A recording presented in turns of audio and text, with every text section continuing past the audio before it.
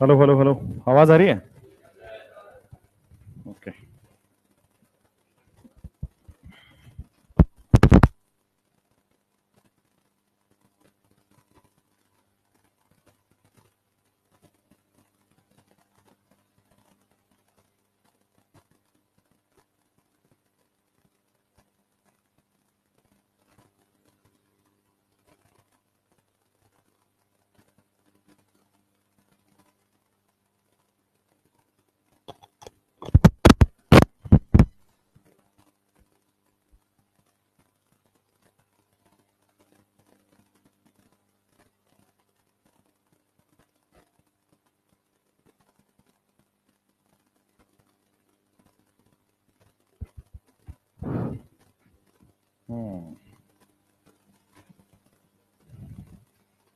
Bio में आपका cell the unit of life खत्म हुआ?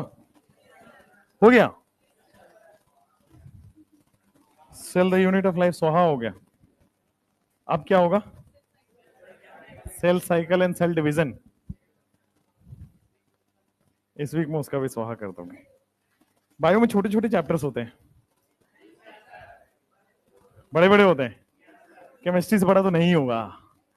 अभी जीओसी हम लोग पढ़ाते हैं, जीओसी पढ़ाते हैं। मैं जो पढ़ाता हूँ जीओसी, ऊपर वाले बैच में चल रहा है, मॉर्निंग बैचेस में जीओसी में पढ़ा रहा हूँ। तो जीओसी चलेगा उसमें लगभग 1.5 महीने। ठीक है, तभी खत्म होता है, ऐसे नहीं होता है। ऑर्गेनिक आप लोग कहते हो ना वीक हो गया, वीक हो गया, वीक हो गया, क्योंकि ऑर्गेनिक ऑनलाइन में आप लोग पढ़ते हो 7-8 लेक्चर, 10 लेक्चर, 11 लेक्चर। 11 लेक्चर में जीव से निपटाया जा सकता है, खत्म नहीं हो सकता। तो खैर, वो मैं आप को अगर वो कर रहा ना, मैं यूट्यूब पे करा रहा हूँ, देख लेना अगर कोई दिक्कत हो तो। ऐसे सुभाष सर सफिशियंट है। बेसिक ऑफ ऑर्गेनिक मैं अभी करा रहा हूँ, 2 लेक्चर मैंने डाला है यूट्यूब पे। ठीक है, वो उसके लिए डाल रहा हूँ, वो खासकर उसके लिए बनाया है जिसको बिल्कुल ही ऑर्गेनिक समझ नहीं आती, एकदम जीरो, जिसको ऑर्गेनिक केमिस्ट्री से ही डर लगता हो। ठीक है, और जो क्लास 10th पास करके 11th में आया है, पहली बार उसको ऑर्गेनिक पढ़ना है, उस टाइप से अगर पढ़ना हो, then basic of organic YouTube पे पढ़ा रहा हूँ। टाइम लगेगा, लेकिन उसमें टाइम देना पड़ेगा, क्योंकि वहां पे बेसिक से मुझे उठाना है। I have to cover everything, हर छोटा चीज, कितने सिग्मा बॉन्ड होते हैं, कितने पाई बॉन्ड होते हैं, क्या हाइब्रिडाइजेशन है, ये सारी चीजें। राइट। और बेसिक्स को बहुत स्ट्रॉन्ग करिए। 3 चैप्टर आपको बहुत स्ट्रॉन्ग करना होगा।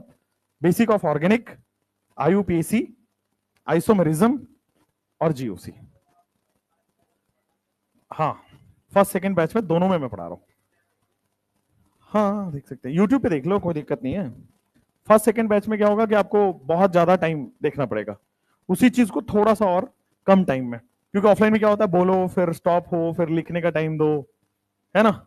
ऑनलाइन में क्या होता है, आप अपने पॉज कर करके अपना अपना देखते जा सकते हैं। तो आप देख लेना एक बार बेसिक ऑफ ऑर्गेनिक, आपको आइडिया लग जाएगा। और अगर बेसिक कमजोर है तो दैट विल बी नीडेड, क्योंकि ओवरऑल स्कोर बेटा आपका इंपॉर्टेंट है। ये नहीं कि इनऑर्गेनिक में स्कोर कर जाओ तो अच्छा हो जाएगा, बायो में स्कोर कर जाओ तो वैसा तो सिलेक्शन होगा ही नहीं। ओवरऑल की तैयारी करनी है। ठीक है, तो इस बार तो मैं फिजिकल केमिस्ट्री पढ़ा रहा हूं, आपको नहीं, मतलब कहीं वेदांतु में ही, कहीं का मतलब ऐसा नहीं कि कहीं और पढ़ा रहा हूं। तो फिजिकल केमिस्ट्री आपने देखा है मुझे फिजिकल केमिस्ट्री पढ़ाते हुए कभी? नहीं देखा है? तो मैं 2 साल 3 साल पहले अन अकेडमी में पढ़ाया था। ठीक है, वहां पे आप सर्च करोगे तो मेरे फिजिकल केमिस्ट्री के वीडियोस मिल जाएंगे। राइट। तो मैंने अब चूंकि संकल्प में आया तो यहाँ पे ऑलरेडी टीचर्स हैं, ऑर्गेनिक के अलग, इनऑर्गेनिक के अलग, फिजिकल के अलग। तो जो टीचर नहीं थे वो उन्होंने पढ़ाना स्टार्ट कर दिया। इनऑर्गेनिक का टीचर नहीं होता था, तो मैंने पढ़ाना स्टार्ट किया, बच्चों को वही पसंद आ गई, क्योंकि बच्चों ने दूसरा नहीं देखा। फिर लास्ट ईयर में ऑर्गेनिक पढ़ाना स्टार्ट किया बच्चों को, फिर वो धीरे धीरे ठीक लगना स्टार्ट हुआ। इस साल थोड़ा फिजिकल के साथ एक्सपेरिमेंट करते हैं, देखते हैं क्या होता है। ठीक है, तो इस बार तो लास्ट ईयर से मैं दोनों पढ़ा रहा हूँ, ऑर्गेनिक इनऑर्गेनिक। पहले साल में केवल इनऑर्गेनिक, अब इस बार मैं तीनों ऐड करूंगा, क्योंकि कंप्लीट केमिस्ट्री कराना बहुत जरूरी होता है यार, बहुत जरूरी होता है। ये कोटा का ट्रेंड ऑनलाइन में घुस गया कि ऑर्गेनिक अलग, फिजिकल अलग। ऑर्गेनिक वाले बोलते हैं इनऑर्गेनिक में कॉन्सेप्ट आएगा, इनऑर्गेनिक वाले बोलते हैं ये फिजिकल में आएगा, आता कहीं नहीं है, सब एक दूसरे पे डालते रहते हैं। ये बहुत पुराना ट्रेंड है कोटा का, कि मैं पढ़ा दूंगा क्या हाइब्रिडाइजेशन, तो बोलेगा नहीं नहीं इनऑर्गेनिक वाले बताएंगे आपको डिटेल में, हम तो क्वेश्चन करा रहे हैं। ठीक है, फिर इनऑर्गेनिक में आएगा, तुम पढ़ चुके होगे ऑर्गेनिक में, है ना, तो ये चलता है। चलो आज एक क्वेश्चन से स्टार्ट करेंगे। कल जो आपने पढ़ा था डोबेरिनर ट्राइड, उसके पहले एक क्वेश्चन देता हूं, और क्वेश्चन ये है, आज एक क्वेश्चन ये है, check whether the following element follows Dobereiner triad rule. Check whether the following element follows Dobereiner's triad rule. Dobereiner's triad rule को कौन फॉलो करता है, आपको चेक करके बताना है। फ्लोरीन, क्लोरीन, ब्रोमीन, चेक करके बताइए whether it follows Dobereiner triad rule or not. हाँ या ना? हाँ, अगर आपको लगता है कि करता है तो फिर गलत है। मैं इसका वो लिख देता हूं, रुको, एटॉमिक वेट। फ्लोरीन का तो याद होगा, कितना होता है? 35। फ्लोरीन का 19 होता है, क्लोरीन का 35.5 होता है, ब्रोमीन का 80 होता है। खैर,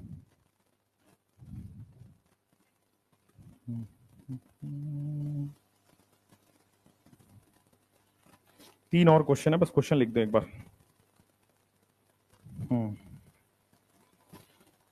एक तो ये है, दूसरा क्वेश्चन है beryllium, magnesium, calcium.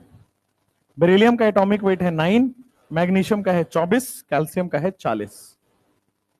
Phosphorus, arsenic और एंटीमनी। फास्फोरस का एटॉमिक नंबर गिवन दिया हुआ है 31, इसका एटॉमिक वेट दिया हुआ है 75, इसका एटॉमिक वेट दिया हुआ है 122। Question number next, sulphur, selenium, tellurium. Sulphur के एटॉमिक वेट दिया हुआ है 32, सेलेनियम के एटॉमिक वेट दिया हुआ है 79, और इसका एटॉमिक वेट दिया हुआ है 128।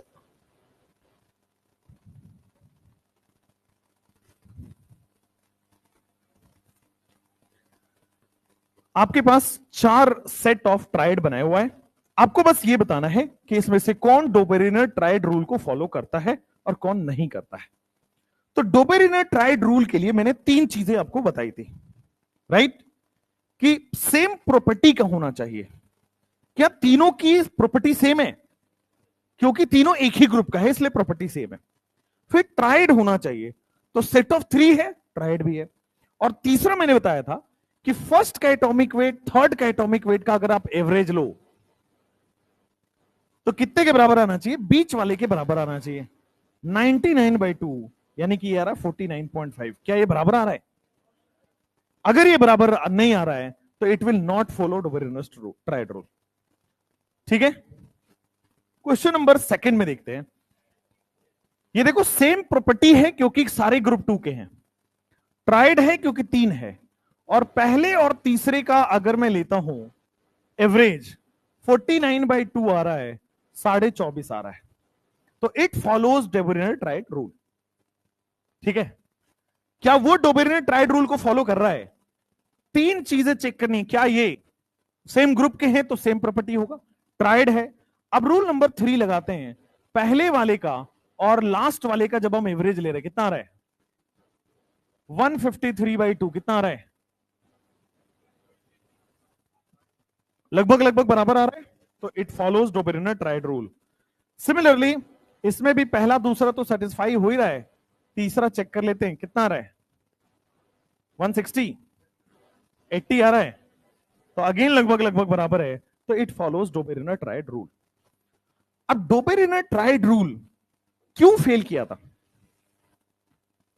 डोबेरिनर ट्राइड रूल फेल क्यों किया था? क्योंकि देखो, हर एलिमेंट पर या हर ट्राइड पर वैलिड नहीं हो रहा था। डोबेरिनर ट्राइड रूल कुछ ही एलिमेंट्स पर वैलिड था, हर जगह नहीं वैलिड था, इसीलिए फेल हो गया। ठीक है ना, हर एलिमेंट्स पर नहीं लग पा रहा था, हर ट्राइड पे नहीं लग पा रहा था, इसलिए डोबेरिनर ट्राइड रूल फेल हो गया था। नेक्स्ट, अब हमें लिखता है हेडिंग मेंडलीज पीरियोडिक टेबल। आज का नया हेडिंग है Mendeleev's periodic table. Mendeleev's periodic table. आइए मेंडलीव्स पीरियोडिक टेबल को पढ़ते हैं।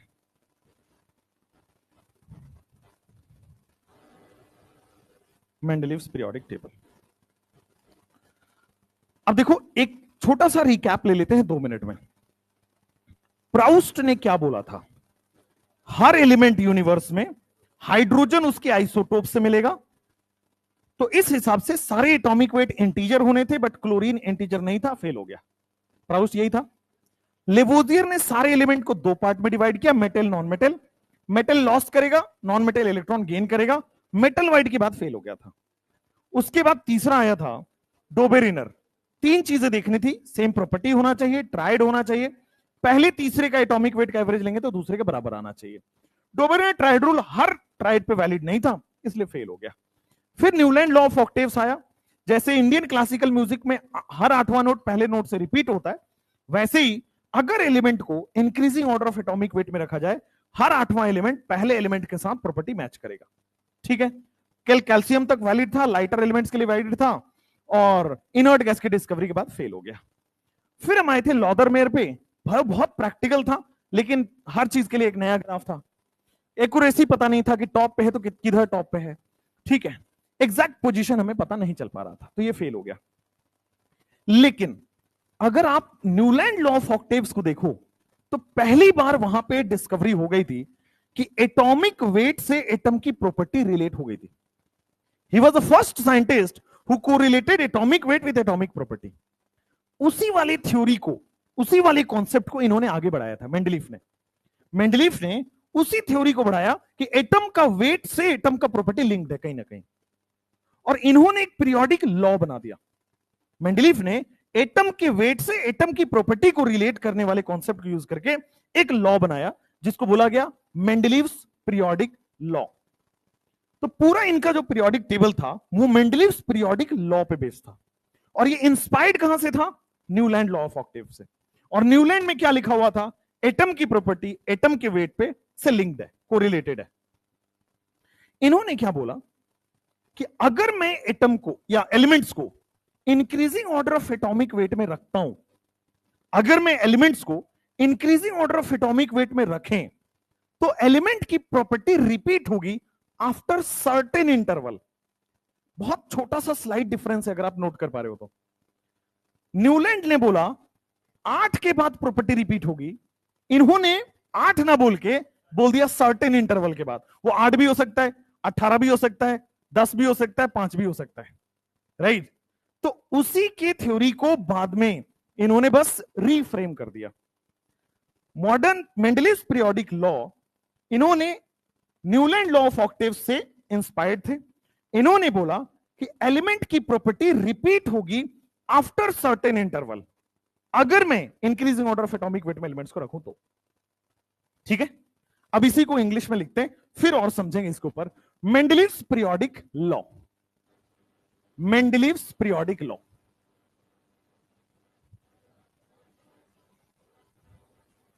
मेंडलीव्स पीरियोडिक लॉ क्या कहता है? मेंडलीव्स पीरियोडिक लॉ कि एटम की प्रॉपर्टी रिपीट होगी after certain interval if elements are arranged in increasing order of atomic weight. अब देखो बुक में कैसा लिखा होता है। बुक में लिखा होता है the property of elements are periodic function of atomic weight. ये एनसीईआरटी में खोलोगे तो ये लिखा हुआ है, बट जो मैंने समझाया ये वही इंग्लिश है। तो पहले बुक वाली इंग्लिश लिखते हैं, फिर उसको तोड़ के अपनी वाली इंग्लिश में लिखेंगे। Mendeleev's periodic law, the properties of element, the properties of elements are periodic function, the properties of elements are periodic function of their atomic weight. The properties of elements are periodic function of their atomic weight. यानी कि बात समझो, what do you mean by periodic function? periodic function का मतलब होता है एक fix interval के बाद अगर चीजें रिपीट हो रही है, इसको बोलते हैं पीरियोडिक फंक्शन। जैसे हर 24 घंटे में सनराइज होता है, दैट इज 24 घंटे में वो चीज रिपीट हो रही है, it is periodic function. 9th class में पढ़ते होगे। जैसे पेंडुलम एक पीरियोडिक फंक्शन की तरह काम करता है कि हर एक फिक्स टाइम के बाद लेफ्ट, हर फिक्स टाइम के बाद राइट। ठीक है, आपकी क्लास का होना ये पीरियोडिक फंक्शन है। हर 24 घंटे के बाद 4:15 पे मैं आ जाता हूं, 2-3 मिनट लेट होता हूं मैं। तो पीरियोडिक फंक्शन का मतलब एक फिक्स इंटरवल के बाद चीजें रिपीट हो रही हैं, this is periodic function, right. अब इनका स्टेटमेंट पढ़ो कि एलिमेंट की प्रॉपर्टी पीरियोडिक फंक्शन है एटॉमिक वेट का, यानी कि कुछ फिक्स एटॉमिक वेट के बाद एलिमेंट की प्रॉपर्टी रिपीट होगी।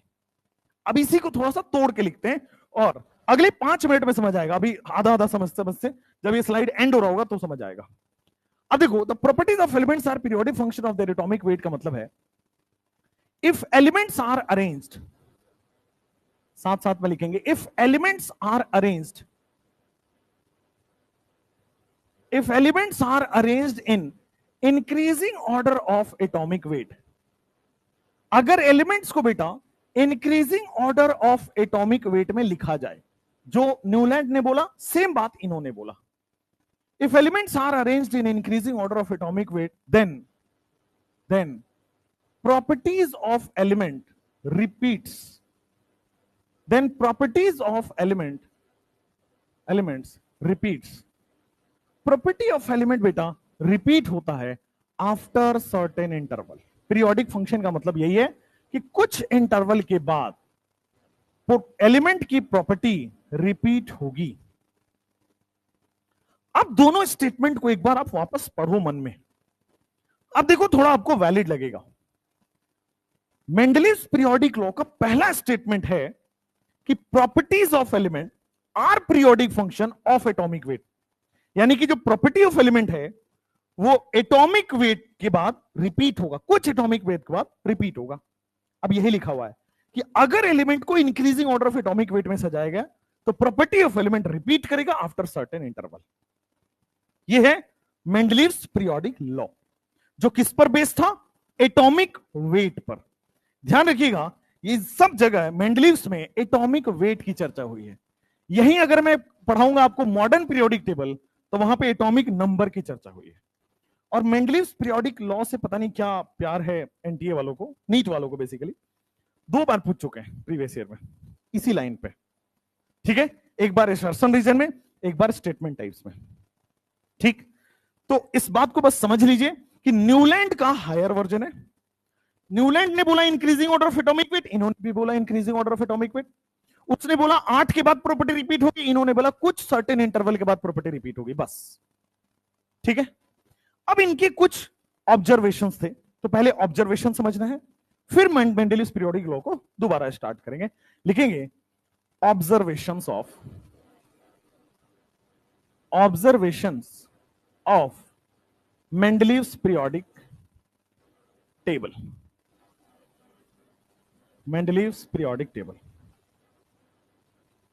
अब इन्होंने क्या किया कि इन्होंने टेबल जब बनाया तो इन्होंने अपने अपने कुछ रूल बना दिए, और वही रूल को हमें ऑब्जर्वेशन में पढ़ना है। सबसे पहला ऑब्जर्वेशन इनका था कि मेंडलीव्स पीरियोडिक लॉ में कितने पीरियड थे? It has 7 period. Modern periodic table में भी 7 ही है। एंड टोटल बेटा 9 ग्रुप्स हैं। अगर आप एनसीईआरटी की थ्योरी पढ़ोगे तो वहां 8 ग्रुप लिखा है, पहले ही बता दो, बट होता 9 ग्रुप है। जब आप एनसीईआरटी का टेबल बनाओगे, टेबल देखोगे, मॉडर्न उसने क्या किया है, मेंडलीव्स पीरियोडिक टेबल को बना दिया है। वो आपको बिल्कुल टेबल नहीं याद रखना है, कोई काम का नहीं है। जब आप मेंडलीव्स पीरियोडिक टेबल देखोगे तो उसमें 9 कॉलम है।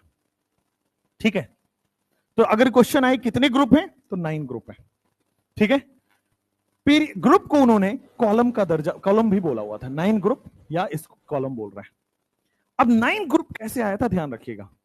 ओरिजिनली जब मेंडलीव्स पीरियोडिक टेबल बना था उसमें 8 ही ग्रुप था, लेकिन कुछ टाइम के बाद 9वां ग्रुप ऐड किया गया। ओरिजिनली अगर मैं इसको बोलूं तो ओरिजिनली उसके पास 8 ही ग्रुप पहले से बनाया गया था, बट लास्ट में बेटा एक 0 ग्रुप उसमें ऐड कर दिया गया, बहुत बाद में 0 ग्रुप। और जीरो ग्रुप में बेटा उन्होंने इनर्ट गैस को रख दिया गया। अब ध्यान देना, जब मेंडलीव्स पीरियोडिक टेबल बना था उस समय इनर्ट गैस डिस्कवर नहीं हुआ था, तो ये वाला ग्रुप नहीं दिया गया था। लेकिन जब मेंडलीव्स पीरियोडिक टेबल बनने के बाद डिस्कवर हुआ इनर्ट गैस, तो इनर्ट गैस के डिस्कवरी के बाद इसको ऐड किया गया था। ठीक है, तो टोटल मेंडलीफ में कितने पीरियोडिक टेबल, कितने ग्रुप हैं? 9, लेकिन शुरुआत में कितने थे? 8। 9वां जीरो ग्रुप को ऐड किया गया था। ठीक है, और ये ऐड करने वाले साइंटिस्ट का नाम है बेटा रामसे साइंटिस्ट। रामसे साइंटिस्ट ने इसको ऐड किया था, और ये कहां मेंशन्ड है? एनसीईआरटी की समरी में। ठीक है, ये सारे चीज मेंशन्ड है। तो अब आ जाओ कि it has 7 period and 9 groups. Originally 8 group था, जीरो ग्रुप ऐड हुआ, उसमें इनर्ट गैस रखा गया, और रामसे साइंटिस्ट ने इसको किया था। दूसरा इन्होंने ये जो 9 ग्रुप्स था उसको किस तरह से रखा था, ध्यान दीजिएगा। 9 ग्रुप्स में सबसे पहले इन्होंने जीरो ग्रुप बनाया, फिर ग्रुप्स को ये रोमन लैंग्वेज समझते हो, तो रोमन लैंग्वेज से डिनोट किया था मेंडलीव्स ने। ये रोमन 3 हो गया, ये रोमन में लिखो 4 हो गया, ये देखोगे बेटा 5 हो गया, नीचे लिखता हूं तो देखोगे रोमन लैंग्वेज में सबसे पहले जीरो ग्रुप लिखा गया, फिर आपको 1 ग्रुप लिखा गया, फिर 2 ग्रुप लिखा गया, फिर 3 ग्रुप आपके पास आया, 4 ग्रुप नंबर यहां पे बेटा रोमन में लिखा गया। जबकि मॉडर्न पीरियोडिक टेबल की बात करोगे वहां पे रोमन में नहीं है, वहां पे इंटीजर में है। तो 0 से लेकर के 8 ग्रुप थे, टोटल कितने ग्रुप हो गए? 9। अब ये जो ग्रुप है 1 से लेकर के 7 तक उन्होंने 2 पार्ट्स में डिवाइड कर रखा था। ठीक है, 1 से लेकर के 7 तक मेंडलीफ ने 2 पार्ट्स में ग्रुप को डिवाइड किया था, एक को बोलते थे 1A, दूसरे को बोलते थे 1B। ठीक है, सिमिलरली यहां पे था 2A और फिर था आपके पास 2B। सेम कंडीशन अप्लाई होती रहेगी, 3A और फिर आपके पास आ जाएगा 3B। सेम कंडीशन के पर जाओगे 4A और आपके पास जाएंगे 4B। फिर क्या होगा? 5A और 5B, 6A और 6B, सिमिलरली 7A और 7B। ध्यान से देखना 1 से लेकर के 7 तक को 2 पार्ट में रखा, तो कितने हो गए टोटल? 14। 1 से लेकर के 7 तक 2 ग्रुप थे, कितने हो गए टोटल? 14। ये एक जोड़ दो, 15। उसके बाद जो 8वां ग्रुप था इसमें 3 एलिमेंट्स का सेट रखा।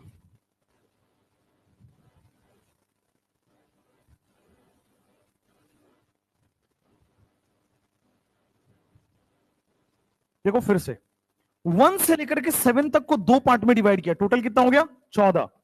एक यहां पे 0 है, कितना हो गया? 15। 3 वहां पे है, कितने हो गए टोटल? 18। इसीलिए group number modern periodic table में 18 ग्रुप्स है, वो यहां से निकला था। ठीक है, तो ओरिजिनली जब मेंडलीफ भी बना रहे थे तो टोटल 18 ही ग्रुप्स था, मॉडर्न पीरियोडिक टेबल में अलग अलग कर दिया 1 से 18, इन्होंने एक साथ लिखा हुआ है बस। अब देखो पहला ऑब्जर्वेशन कि 7 पीरियड 9 ग्रुप्स थे, ओरिजिनली 8 ग्रुप था, 0 ग्रुप को बाद में ऐड किया गया रामसे साइंटिस्ट ने। दूसरा, इन्होंने रोमन लैंग्वेज में ग्रुप लिखा था, रोमन लेटर्स में ग्रुप लिखने के बाद 1 से 7 ग्रुप को 2 पार्ट्स में डिवाइड किया, 1A 1B से लेकर के 7A 7B तक। 0 ग्रुप में इन्होंने इनर्ट गैस को रखा था, 0 ग्रुप में इन्होंने इनर्ट गैस को रखा था, और 8वें ग्रुप में इन्होंने सेट ऑफ 3 एलिमेंट्स रखा था। 8वें ग्रुप में इन्होंने सेट ऑफ 3 एलिमेंट्स रखा था, अगर आप देख पा रहे हो, set of 3 elements. Total 9 elements को रखा था इन्होंने 8वें ग्रुप में, तो 8वें ग्रुप में इन्होंने रखा था set of 3 elements, set of 3 elements. अच्छा, अब ये जो 1A 1B था उसके अंदर भी इन्होंने एक ऑब्जर्वेशन रखी, जो 1A 1B से 7A 7B है उसमें भी इनका कुछ ऑब्जर्वेशन था। आइए उसको भी समझते हैं, करें आगे, दे दूंगा टाइम। 1A 1B, जैसे मान लो आपके पास जो ग्रुप के अंदर डिवीजन था उसको हम बोलते हैं सब ग्रुप, ग्रुप के अंदर डिवीजन था उसको क्या बोल रहे थे? सब ग्रुप। इसका जो डिवीजन था उसको हम क्या बोल रहे थे? सब ग्रुप। सब ग्रुप बी। तो सब ग्रुप ए में बेटा इन्होंने मेन एलिमेंट या रिप्रेजेंटेटिव एलिमेंट को रखा था। आपको शायद आइडिया नहीं है, अभी बता रहा हूं। मेन एलिमेंट और रिप्रेजेंटेटिव एलिमेंट किसको कहते हैं? आपके 2020 का क्वेश्चन है रिप्रेजेंटेटिव एलिमेंट और मेन एलिमेंट पे। ठीक है। ग्रुप नंबर बी में बेटा ट्रांजिशन एलिमेंट्स को रखा गया था। सब ग्रुप बी में ट्रांजिशन एलिमेंट्स को रखा गया। ठीक है, आ जाओ। मेन एलिमेंट या रिप्रेजेंटेटिव एलिमेंट हम किसको कहते हैं? Main element representative element S and P block वालों को बोलते हैं। तो ग्रुप नंबर 1 एंड 2 को बोला जाएगा, ग्रुप नंबर 13 से 18 वालों को बोला जाएगा। ठीक, अभी मैं लिखवाऊंगा सारे, S block, p block, d block, पूरा मॉडर्न में आता है वो। ट्रांजिशन एलिमेंट ध्यान रखिएगा, सारे के सारे डी ब्लॉक, सारे के सारे D block except group 12। D block होता है ग्रुप 3 से 12, तो सारे के सारे डी ब्लॉक होते हैं एक्सेप्ट ग्रुप 12। मोटे मोटे तौर पे देखा जाए ट्रांजिशन एलिमेंट क्या है? D block. बट ग्रुप 12 उसमें नहीं होता है। ट्रांजिशन एलिमेंट का डेफिनेशन आएगा बाद में इसी चैप्टर में। तो अभी हम पढ़ रहे थे, यहां पे आइए। 7 ग्रुप, 7 पीरियड 9 ग्रुप, 0 से लेकर के 8 तक ऐसे रखा गया। 1 से 7 को 2 पार्ट में डिवाइड किया, सब ग्रुप ए, सब ग्रुप बी। सब ग्रुप ए में जैसे 1A में एस एंड पी ब्लॉक था, 2A में एस एंड पी ब्लॉक था, 3A में एस एंड पी ब्लॉक था। तो जितने भी ए हैं सब जगह एस एंड पी ब्लॉक आया था।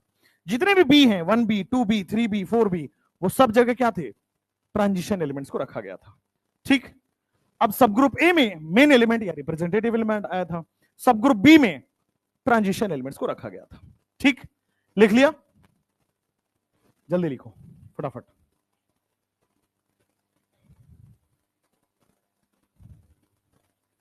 मेंडलीफ के समय टोटल 63 एलिमेंट्स डिस्कवर हो गए थे। मेंडलीफ के समय टोटल 63 एलिमेंट्स डिस्कवर हुए थे, और उन सारे एलिमेंट्स को उन्होंने increasing order of atomic weight में सजाया था। ठीक है, ऑब्जर्वेशन है कि उनके रूल, उनके पीरियोडिक टेबल में कैसे कैसे उन्होंने किया था, बस पॉइंट बना के लिख रहे हैं, और ये सारे पूछे जाते हैं। सब ग्रुप ए में क्या था, सब ग्रुप बी में क्या था, 7 पीरियड थे या 9 ग्रुप था, 9 ग्रुप में क्या रखा गया था, ये सब पूछा जाता है।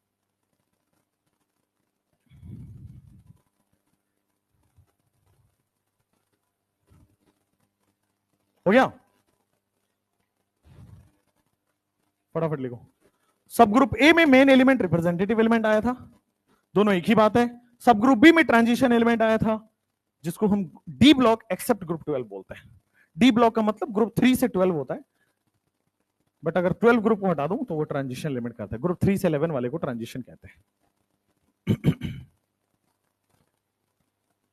हो गया? आ जाओ। जो तीसरा ऑब्जर्वेशन था कि मेंडलीफ के समय 63 एलिमेंट डिस्कवर हो गए थे, और उन सारे 63 एलिमेंट्स को increasing order of atomic weight में सजाया गया था। तो 63 एलिमेंट्स जो थे where arranged, 63 elements were arranged in increasing order of atomic weight. 63 elements were arranged in increasing order of atomic weight. अच्छा, अब ये हो गया उसके पीरियोडिक टेबल की पूरी कहानी। कितने ग्रुप, कितने पीरियड, उसके बाद रोमन लैंग्वेज में लिखा गया, सब ग्रुप ए सब ग्रुप में डिवाइड किया गया, सब ग्रुप ए में क्या रखा गया, सब ग्रुप बी में क्या रखा गया, और कितने एलिमेंट्स थे और किस ऑर्डर में सजाया गया। ये 3 पॉइंट्स हैं उसके पीरियोडिक टेबल से रिलेटेड। अब जो हमें पढ़ना है वो है मेंडलीफ के समय merits of the Mendeleev's periodic. कुछ ऐसी खास बात हुई जो इनको बहुत पॉपुलैरिटी मिली मेंडलीव्स पीरियोडिक टेबल को। तो वो पहले अभी पढ़ते हैं, merits of Mendeleev's periodic table. Merits क्या क्या रहे इनके? Merits of Mendeleev's periodic table. सबसे पहले, अब इसको समझोगे फिर लिखोगे। Merits of Mendeleev's periodic table में ध्यान से देखना। 63 एलिमेंट्स उस समय डिस्कवर थे। कुछ ऐसे एलिमेंट्स की इन्होंने प्रिडिक्शन कर दी जो उस समय डिस्कवर नहीं था। ध्यान से सुनना, मेंडलीफ ऐसे साइंटिस्ट हैं जिन्होंने उन एलिमेंट्स की जानकारी दे दी जो उस समय तक डिस्कवरी नहीं हुआ था। कुछ 4 एलिमेंट्स के बारे में इन्होंने जानकारी दी जो उस समय डिस्कवर नहीं था।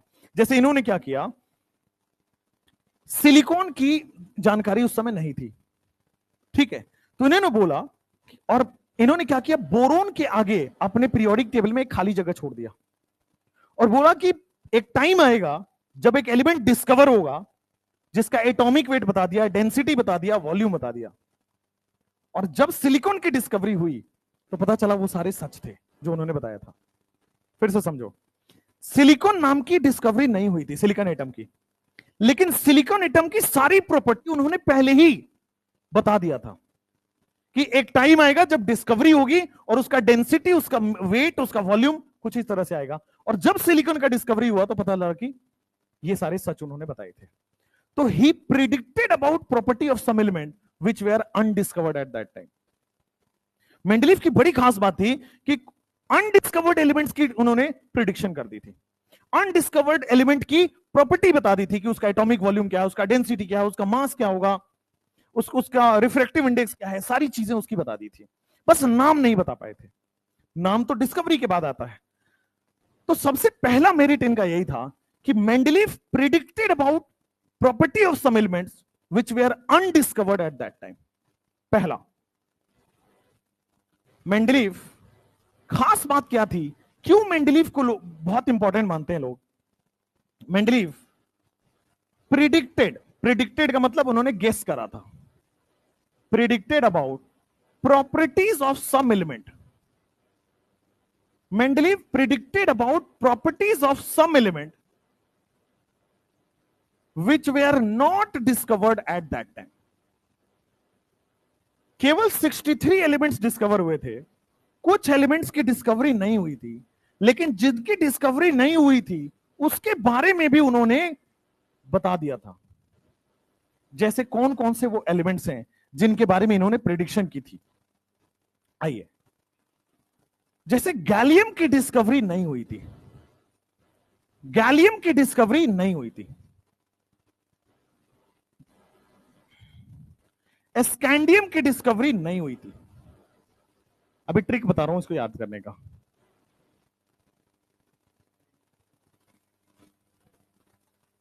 जर्मेनियम की डिस्कवरी नहीं हुई थी,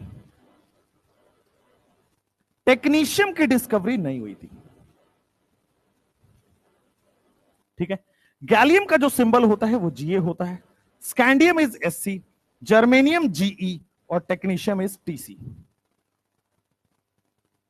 इन चारों एलिमेंट्स की डिस्कवरी नहीं हुई थी, लेकिन इन चारों एलिमेंट्स की प्रॉपर्टीज पहले ही उन्होंने बता दी और बोला कि इसको बोल दो, इसका नाम तो उनको नहीं पता था, एका एल्यूमिनियम बोल दिया उनको। एका एल्यूमिनियम, एका का संस्कृत मतलब होता है, एका जो बोला गया था वो संस्कृत वर्ड है। संस्कृत वर्ड का मतलब, एका का मतलब एक बाद, एका का मतलब एक बाद, तो एल्यूमिनियम के एक बाद, एका एल्यूमिनियम का मतलब आया एल्यूमिनियम के एक नीचे या एल्यूमिनियम के एक बाद। उस ये एलिमेंट का नाम नहीं बताया, बट इसको लिख दिया उन्होंने एका एल्यूमिनियम, और उसकी प्रॉपर्टी उन्होंने बता दी थी।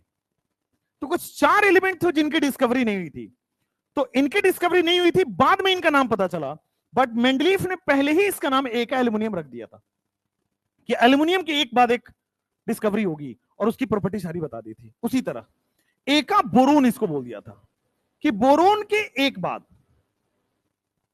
स्कैंडियम, उसकी डिस्कवरी नहीं हुई थी। उसी तरह इसको लिखा था एका सिलिकॉन, सिलिकॉन के एक बाद जर्मेनियम आएगा। उसी तरह इन्होंने लिखा था एका मैंगनीज, एका मैंगनीज, ठीक है ना। एल्युमिनियम का सिंबल होता है एल, बोरोन का होता है बी, सिलिकॉन का एसआई एंड मैंगनीज का एमएन। इसको याद रखने के लिए एक शॉर्ट ट्रिक भी बनाया जाता है कि कौन से 4 एलिमेंट्स थे जिनकी मेंडलीफ ने प्रिडिक्शंस किया था जो डिस्कवर नहीं हुआ था। तो उसको याद रखना। हिंदी समझ में आता है सब लोगों को? अलका जानते हो, लड़की का नाम होता है।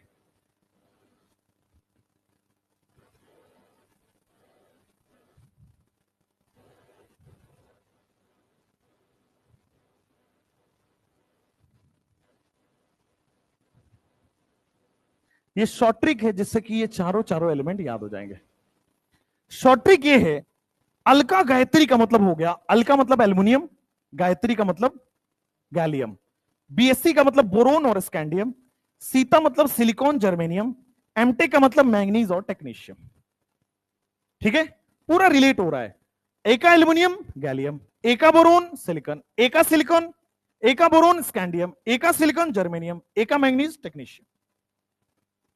तो ये चार ऐसे एलिमेंट्स हैं जिनकी डिस्कवरी नहीं हुई थी, बट जो हमारे मेंडलीव साहब हैं इन्होंने पहले ही इसकी प्रॉपर्टी बता दी थी। इसका एटॉमिक वेट बता दिया, वॉल्यूम बता दिया, डेंसिटी बता दिया, रिफ्रैक्टिव इंडेक्स बता दिया, सारी चीजें बता दी। तो ये इनकी खास बात थी। उसके बाद दूसरी खास बात यह थी कि मेंडलीव के पीरियोडिक टेबल तक कुछ एलिमेंट का एटॉमिक वेट गलती पता था लोगों को। मेंडलीव ने कुछ एलिमेंट का एटॉमिक वेट सही करेक्ट किया। तो ये मेंडलीव की खास बात रही कि Mendeleev corrected atomic weight of few elements. कुछ एलिमेंट्स का मेंडलीव ने एटॉमिक वेट को सही किया, करेक्ट किया। ठीक है, यहां तक लिख लिया आपने। Second point, Mendeleev corrected atomic weight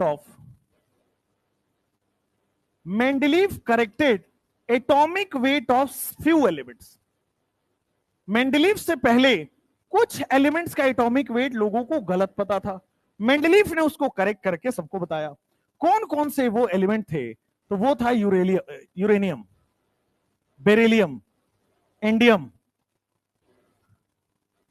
gold और प्लैटिनम।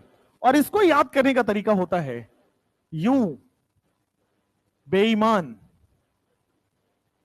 इंसान। और बेईमान इंसान की नजर कहां होती है? गोल्ड पे। और बेईमान इंसान का नजर कहां होता है? प्लैटिनम पे। यू का मतलब क्या होता है? यूरेनियम। बीई का मतलब है बेटा आपके पास बेरिलियम। आईएन का मतलब है इंडियम। एयू का मतलब है गोल्ड। और पीटी का मतलब है प्लैटिनम। ठीक है, तो मेंडलीव की कुछ मेरिट्स थी। उन मेरिट्स में से दो मेरिट्स मैंने आपको बता दिया। तीसरा मेरिट समझो, पहली बार किसी साइंटिस्ट ने एक पूरा 63 एलिमेंट्स का पीरियोडिक टेबल बनाया था, जिसमें ग्रुप में सारे एलिमेंट्स आ गए थे और ग्रुप में सारे एलिमेंट्स की प्रॉपर्टी एक जैसे थी। फिर से समझो, इनका रूल क्या था? इनका रूल था कि अगर एलिमेंट्स को increasing order of atomic weight में रखा जाए तो एलिमेंट की प्रॉपर्टी रिपीट होगी। एलिमेंट की प्रॉपर्टी रिपीट होगी अगर इंक्रीजिंग ऑर्डर में रखा जाए तो इन्होंने 63 एलिमेंट्स को increasing order of atomic weight में रखा, और जब रखा तो इन्होंने पाया कि एलिमेंट्स की प्रॉपर्टी रिपीट हो रही है। तो फर्स्ट टाइम पे elements with similar property were placed in same group.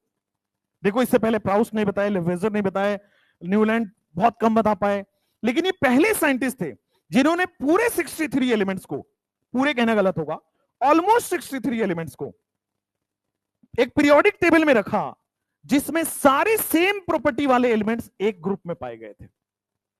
He was the first scientist who placed all the elements in a group with similar property.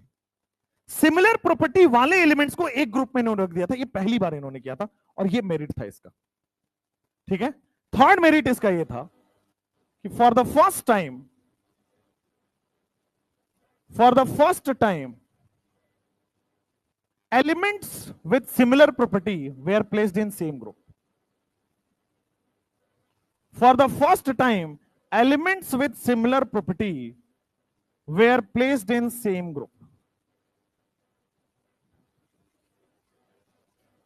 Elements with similar property were placed in same group. पहली बार ऐसा कुछ हुआ था कि elements with similar property were placed in same group. For the first time, elements with similar property were placed in same group.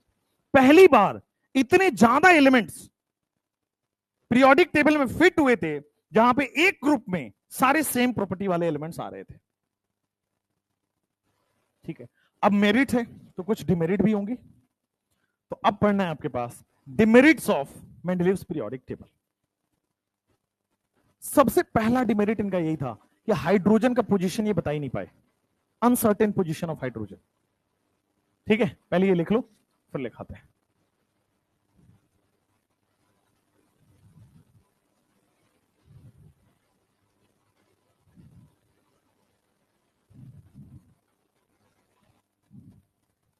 इसके बाद तुम्हें bio पढ़ना है, बताओ। इनऑर्गेनिक और बायो बहुत दूर दूर क्लास लगानी चाहिए इसकी, दोनों सेम नेचर का सब्जेक्ट, कंप्लीट थ्योरी।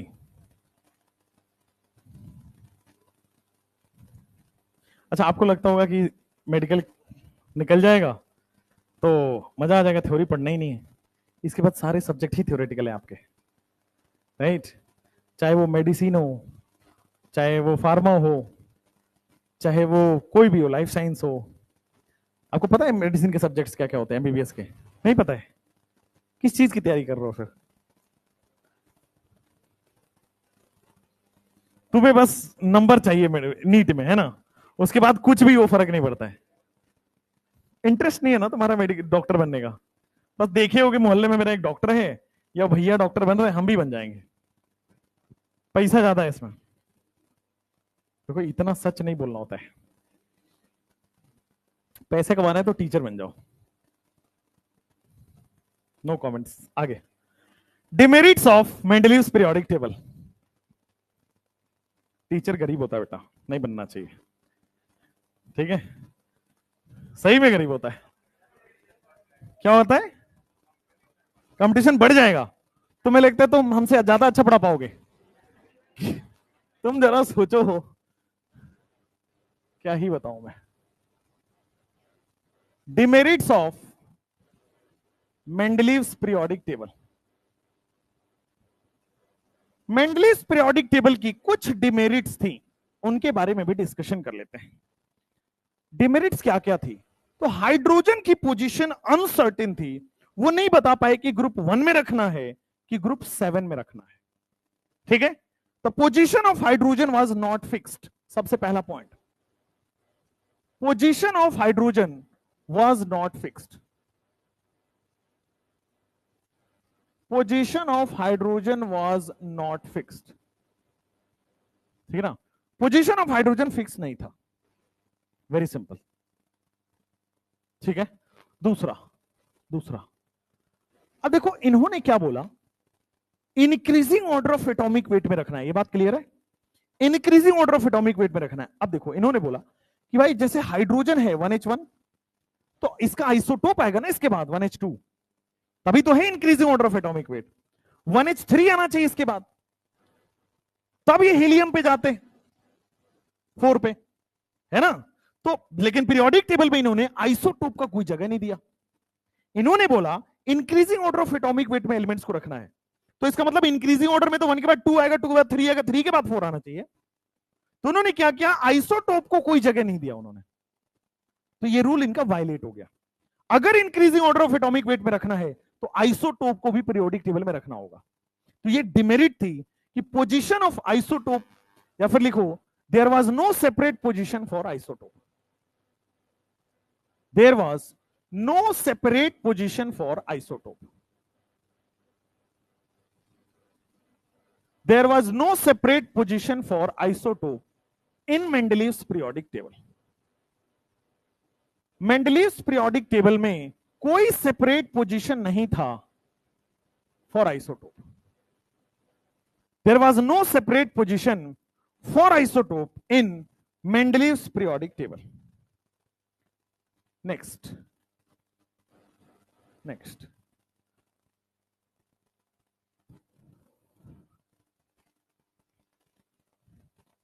इन्होंने अपने ही रूल को वायलेट कर लिया था। इन्होंने क्या बोला, increasing order of atomic weight में होना चाहिए, राइट? बट कुछ एलिमेंट्स को इन्होंने, जिनका एटॉमिक नंबर ज्यादा था, उसको पहले रख दिया था। भाई increasing order of atomic weight में होना चाहिए, मतलब छोटा एटॉमिक वेट पहले आना चाहिए, बड़ा एटॉमिक वेट बाद में आना चाहिए, यही होगा। बट इन्होंने अपने ही रूल को वायलेट कर लिया अपने पीरियोडिक टेबल में, कुछ बड़ा एटॉमिक वेट को पहले रख दिया और छोटे एटॉमिक वेट को बाद में किया। लोगों ने क्वेश्चन किया कि ऐसा क्यों किया भाई, रूल को वायलेट क्यों कर रहे हो?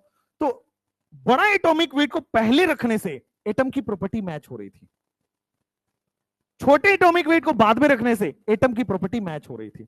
तो एटम की प्रॉपर्टी मैच कराने के चक्कर में अपने ही रूल को वायलेट कर गए। इनका रूल था increasing order of atomic weight, but atom with higher atomic weight were placed before lower atomic weight.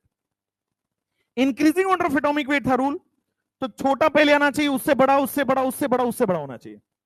तो इन्होंने क्या किया, बड़े वाले एटॉमिक वेट को पहले रख दिया और छोटे वाले एटॉमिक वेट को बाद में रख दिया। क्यों ऐसा किया? क्योंकि एटम की प्रॉपर्टी वो मैच कराना स्टार्ट, एटम की प्रॉपर्टी को मैच कराने के लिए, और ये फेल हो गए। तो लिखो यहां पे, ही वायलेटेड हिज ओन रूल, ही वायलेटेड हिज ओन रूल, ही वायलेटेड हिज ओन रूल, और स्लैश लेके लिखेंगे he kept elements with higher atomic weight, elements with higher atomic weight, he kept elements with higher atomic weight, higher atomic weight वाले elements को he kept elements with higher atomic weight before lower atomic weight। जिनका atomic weight कम था उनको पहले रखना चाहिए था, atomic weight higher वाले को बाद में रखना चाहिए था, बट इन्होंने बड़ा एटॉमिक वेट को पहले रख दिया। कौन कौन से एलिमेंट्स थे ऐसे, कौन कौन से ऐसे थे?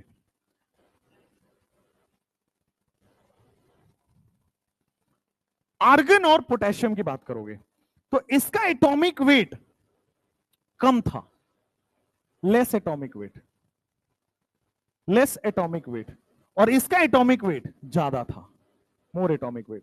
तो पहली बार मोर एटॉमिक वेट को पहले रख दिया, बट इंक्रीजिंग ऑर्डर में क्या होता है, लेस पहले आएगा, मोर बाद में आना चाहिए था। तो यहां पे ये रूल वायलेट हो गया था इनका। टेलुरियम और आयोडीन में भी सेम कहानी हुआ था। आयोडीन का बेटा लेस एटॉमिक वेट है, याद नहीं करना कितना एटॉमिक वेट, बट ये याद रहना चाहिए कि आयोडीन का कम होता है, वो बाद में रख दिया, और इसका मोर एटॉमिक वेट था, इसका कुछ 127.6 होता है और इसका कुछ कितना होता है, आयोडीन के लिखा है,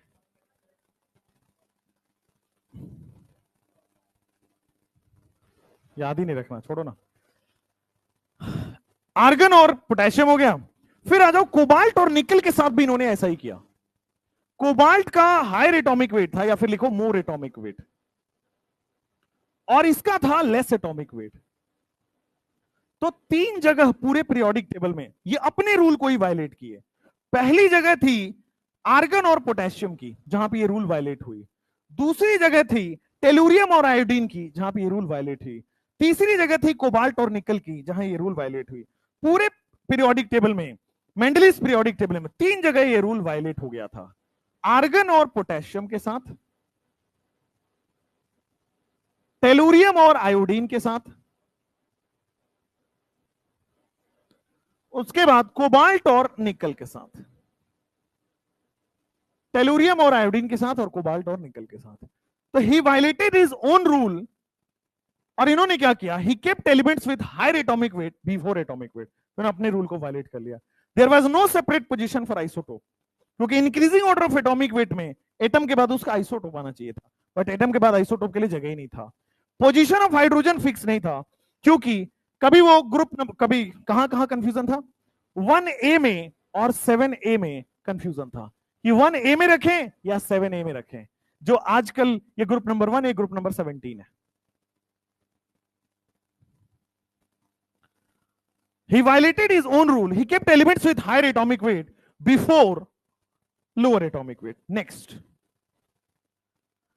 इनका पीरियोडिक टेबल कैसा था कि एक ग्रुप में सिमिलर प्रॉपर्टी वाले एलिमेंट्स आएंगे, यही था, एक ग्रुप में सिमिलर प्रॉपर्टी वाले एलिमेंट्स आएंगे, बट ध्यान दो, एक ग्रुप में डिफरेंट प्रॉपर्टी वाले एलिमेंट्स भी इन्होंने डाल रखा था। 1 की बात करो, 1A और 1B था। 1A में अल्कली मेटल था, और 1B में बेटा इन्होंने ट्रांजिशन मेटल डाल रखा था, क्वाइनेज मेटल डाल रखा था। क्वाइनेज मेटल का मतलब होता है CuAgAu। सिमिलरली बेटा इन्होंने बोला था एक ग्रुप में सिमिलर प्रॉपर्टी वाले एलिमेंट्स होंगे, बट 2A में रख दिया अल्कलाइन अर्थ मेटल, और 2B की बात हुई तो बेटा इन्होंने रख दिया था जिंक, कैडमियम, मरकरी, जो कि एक डी ब्लॉक का एलिमेंट है। तो तीसरा फेलियर कहां आया? चौथा फेलियर ये था कि according to Mendeleev in one group similar property elements would come. Mendeleev के हिसाब से एक ग्रुप में सेम प्रॉपर्टी वाले एलिमेंट्स आएंगे, बट मेंडलीव ने अपने ही रूल को वैलिडेट कर दिया, एक ग्रुप में डिफरेंट प्रॉपर्टी वाले एलिमेंट्स को रख दिया उन्होंने। ठीक है ना? ही प्लेस्ड लिखो इसको फोर्थ वन में, पूरा लिखाता हूं अभी। he placed two different property elements in same group। उन्होंने क्या किया? टू डिफरेंट प्रॉपर्टी वाले एलिमेंट्स को he placed two different property elements in same group। Same group में सेम प्रॉपर्टी वाले एलिमेंट्स आने चाहिए, बट इन्होंने सेम ग्रुप में डिफरेंट प्रॉपर्टी वाले एलिमेंट्स डाल दिया। एग्जांपल के तौर पे ग्रुप नंबर 1 में 1A और 1B आता है, तो 1A में तो इन्होंने रख दिया था ग्रुप अल्कली मेटल्स, जो प्रॉपर मेटल्स की तरह बिहेव करते हैं, अल्कली मेटल्स, और यहां पे इन्होंने रख दिया था ट्रांजिशन मेटल्स। ट्रांजिशन मेटल्स के अंदर इन्होंने रखा था क्वाइनेज मेटल्स को। क्वाइनेज मेटल्स कौन कौन से होते हैं? क्वाइन जिससे बनता था पहले के जमाने में, सिल्वर, कॉपर और गोल्ड। पहले के जमाने में कॉपर, सिल्वर और गोल्ड के सिक्के बनते थे, इसीलिए क्वाइनेज मेटल्स बोलते हैं, और वो ट्रांजिशन मेटल्स का पार्ट है। ग्रुप नंबर 2 में भी इन्होंने अलग अलग प्रॉपर्टी वाले एलिमेंट्स को रख दिया। 2A की बात करोगे तो अलग था, 2B की बात करोगे तो अलग था। 2A में बेटा अल्कलाइन अर्थ मेटल्स आएगा, 2A में अल्कलाइन अर्थ मेटल्स आएगा। 2B में बेटा इन्होंने जिंक, कैडमियम, मरकरी रख दिया था। जिंक, कैडमियम, मरकरी, जो कि एक डी ब्लॉक का एलिमेंट है। एक एस ब्लॉक का एलिमेंट रख दिया, एक डी ब्लॉक का एलिमेंट रख दिया, और यहां पे ये फेल हो गए।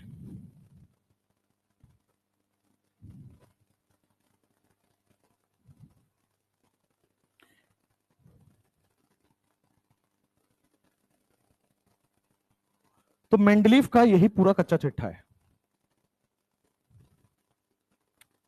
मेंडलीव में इससे बाहर नहीं है न्यू एनसीईआरटी में, जिससे आपका क्वेश्चन आने वाला है। आप लोग न्यू एनसीईआरटी फॉलो कर रहे हो या फिर पुराने वाले से ही काम चला रहे हो? नया मिल गया आपको? कहां से मिल रहा है हमें बताओ। New NCERT is not in market. कहां पे? ऐप से। अच्छा, पीडीएफ से पढ़ रहे हो? आप जैसे लोगों के लिए ही नीट में अपर एज लिमिट नहीं है।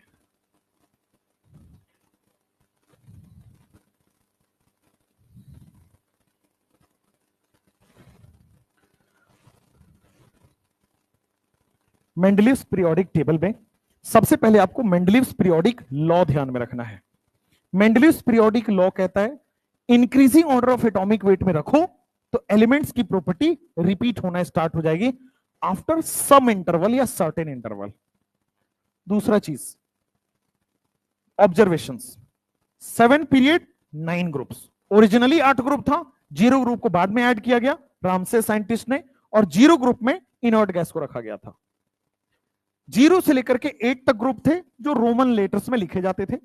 1 से 7 तक को 2 पार्ट्स में डिवाइड किया गया, 0 और 8 को नहीं डिवाइड किया गया। सब ग्रुप ए में मेन एलिमेंट्स को रखा गया, रिप्रेजेंटेटिव एलिमेंट्स को रखा गया, या फिर एस एंड पी ब्लॉक को रखा गया। सब ग्रुप बी जो था उसमें ट्रांजिशन एलिमेंट्स को रखा गया, यानी कि ग्रुप 3 से ग्रुप 11 वाले जो एलिमेंट्स होते हैं उनको रखा गया। 0 में इनर्ट गैस रखा गया, 12 में सेट ऑफ 3 एलिमेंट्स रखा गया, यानी कि टोटल 9 एलिमेंट्स वो रखे गए। ठीक है, आगे आओगे तो 63 एलिमेंट्स को इन्होंने increasing order of atomic weight में रखा था। मेरिट क्या था कि कुछ ऐसे एलिमेंट्स थे जिनकी डिस्कवरी भी नहीं हुई थी, उसके बारे में भी इन्होंने प्रिडिक्शन कर दिया था।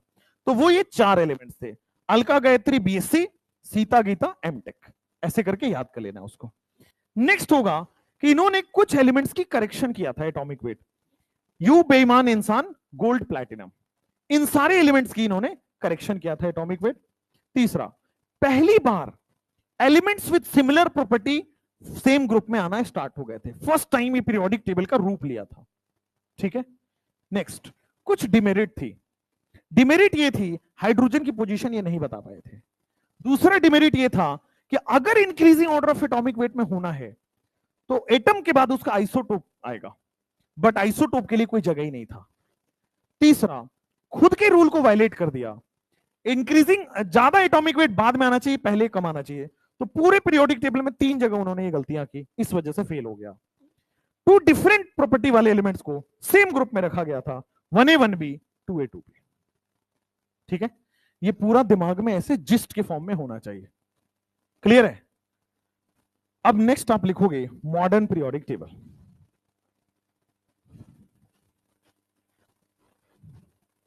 नेक्स्ट आप लिखोगे मॉडर्न पीरियोडिक टेबल।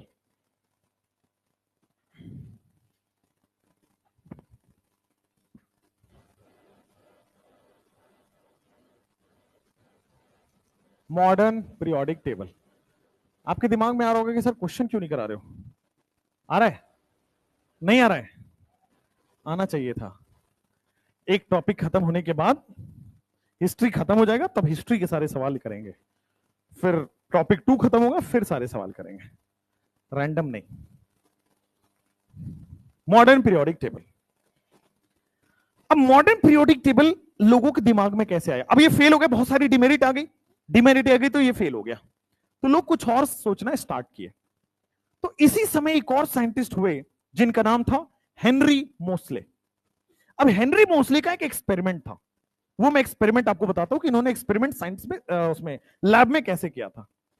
इन्होंने क्या किया, हेनरी मोस्ले ने एक वैक्यूम ट्यूब लिया। वैक्यूम ट्यूब समझते हो क्या होता है? वैक्यूम ट्यूब मतलब एक ट्यूब है जिसके अंदर से एयर निकाला हुआ है, एक ट्यूब है जिसके अंदर से एयर जो है वो निकाला हुआ है, दिस इज वैक्यूम ट्यूब, और टाइटली सील्ड है, मतलब एयर पास नहीं हो सकता इसके अंदर। ठीक, इस वैक्यूम ट्यूब में इन्होंने क्या किया, एक एंड पे डिफरेंट डिफरेंट एलिमेंट्स को प्लेस करना स्टार्ट किया। यहां पे कभी उन्होंने सोडियम रख दिया, कभी उन्होंने डिफरेंट एलिमेंट्स का thin sheet of different elements. इस एक्सपेरिमेंट को समझना, क्वेश्चन आया हुआ है। Thin sheet of different elements. क्या किया, एक सील्ड ट्यूब लिया और इस ट्यूब को दूसरे एंड पे मेटल्स की शीट बनाई। पहले उन्होंने हथौड़े से पीट पीट के मेटल की शीट बनाई और इस शीट को लास्ट में रख दिया। अब शीट के ऊपर इन्होंने क्या किया, हाई स्पीड इलेक्ट्रॉन का बॉम्बार्डमेंट। हाई स्पीड इलेक्ट्रॉन मतलब इलेक्ट्रॉन गन आता है, अगर शायद आपने देखा है, नहीं देखा है, दिवाली वाला गन देखा है, उस तरह से बिल्कुल नहीं होता है। देखो ध्यान से, डिफरेंट डिफरेंट एलिमेंट्स। पहले क्या किया, सोडियम लिया और सोडियम पे हाई स्पीड इलेक्ट्रॉन बॉम्बार्ड किया। मतलब इलेक्ट्रॉन गन होता है जिससे 1 सेकंड में 10 की पावर 8 इलेक्ट्रॉन्स निकलते हैं, खरबों इलेक्ट्रॉन्स 1 सेकंड में निकलते हैं, वो होता है इलेक्ट्रॉन गन। और इस पे बहुत स्पीड से, वेरी हाई स्पीड में निकलते हैं और इससे टकराते हैं। जब इस शीट से टकराएगा, टकराने की वजह से एक्सरे प्रोड्यूस हुआ। हाई स्पीड में जब इलेक्ट्रॉन टकराया तो हाई स्पीड इलेक्ट्रॉन के टकराने की वजह से एक्सरे प्रोड्यूस्ड, एक्सरेज प्रोड्यूस हुआ था यहां पे। और एक्सरे जो प्रोड्यूस हुआ था, आपको पता है जो भी लाइट प्रोड्यूस होगा या जो भी रे प्रोड्यूस होगा उसका फ्रीक्वेंसी होगा। तो इस एक्सरे का जो फ्रीक्वेंसी आया था, उसका जब रूट अंडर फ्रीक्वेंसी निकाला गया तो वो उस एलिमेंट के एटॉमिक नंबर के डायरेक्टली प्रोपोर्शनल आ रहा था। फिर से समझाऊंगा। एक बार सोडियम रखा, उससे एक्सरे प्रोड्यूस हुआ। एक बार मैग्नीशियम रखा, उससे प्रोड्यूस हुआ। एल्युमिनियम रखा, उससे प्रोड्यूस हुआ। जितने भी एलिमेंट डिस्कवर थे उन सब मेटल्स को यहां रखा और उन सब मेटल्स पे हाई स्पीड इलेक्ट्रॉन की बॉम्बार्डमेंट की, और हर मेटल से कुछ ना कुछ एक्सरे आ रहा था। हर मेटल का एक्सरे का फ्रीक्वेंसी उन्होंने नोट करना स्टार्ट किया। सोडियम का कुछ फ्रीक्वेंसी का एक्सरे आया, मैग्नीशियम का अलग फ्रीक्वेंसी का एक्सरे आया, कैल्शियम का अलग फ्रीक्वेंसी का आया होगा, सोडियम का अलग फ्रीक्वेंसी का आया, पोटेशियम का अलग फ्रीक्वेंसी का आया। तो हर फ्रीक्वेंसी का एक्सरे आया और उन्होंने एक पैटर्न ऑब्जर्व किया कि फ्रीक्वेंसी ऑफ द एक्सरे का अगर हम अंडर रूट ले रहे हैं तो वो उसके एटॉमिक नंबर के डायरेक्टली प्रोपोर्शनल हो रहा है। एटॉमिक नंबर मतलब नंबर ऑफ प्रोटॉन के डायरेक्टली प्रोपोर्शनल हो रहा था। तो इन्होंने देखा कि यार कुछ तो इसमें बात है। इन्होंने देखा कि एटम की जो एक्सरे है, एटम की जो एक्सरे की प्रॉपर्टी है वो एटॉमिक नंबर पे डिपेंड कर रही है। तो अभी तक जो हम पढ़ रहे थे कि एटम की प्रॉपर्टी एटॉमिक वेट पे डिपेंड कर रही है, वो गलत है। अभी तक जो हम पढ़ रहे थे कि एटम की प्रॉपर्टी किससे कोरिलेटेड है, एटॉमिक वेट से, वो गलत है। क्योंकि ये एक्सपेरिमेंट से पता चल रहा है कि एटम की जो प्रॉपर्टी है फ्रीक्वेंसी, वो किस पे डिपेंड कर रही है, एटॉमिक नंबर पे। तो यहां से इनको दिमाग खोला कि एटम की प्रॉपर्टी एटॉमिक वेट से नहीं, एटम की प्रॉपर्टी एटॉमिक नंबर से आएगी। और इसलिए इन्होंने मॉडर्न पीरियोडिक लॉ दे दिया था कि properties of element are periodic function of atomic number, कि जब हम एटॉमिक नंबर के इंक्रीजिंग ऑर्डर में एटम को रखेंगे तब एलिमेंट्स की प्रॉपर्टी रिपीट होगी। और वही सत्य है, वही सच है। अब इसी जो थ्योरी आपने पढ़ा, जो स्टेटमेंट आपने, जो एक्सपेरिमेंट पढ़ा, इसको लिखना हुआ। लिखिए, Henry Moseley, modern periodic table में लिखोगे एक्सपेरिमेंट क्या हुआ था। इस एक्सपेरिमेंट से जब आपका एम्स एग्जाम हुआ करता था तो सवाल आया था। एक्सपेरिमेंट क्या था? एक्सपेरिमेंट में Henry Moseley bombarded high speed electron on thin sheet of different metals.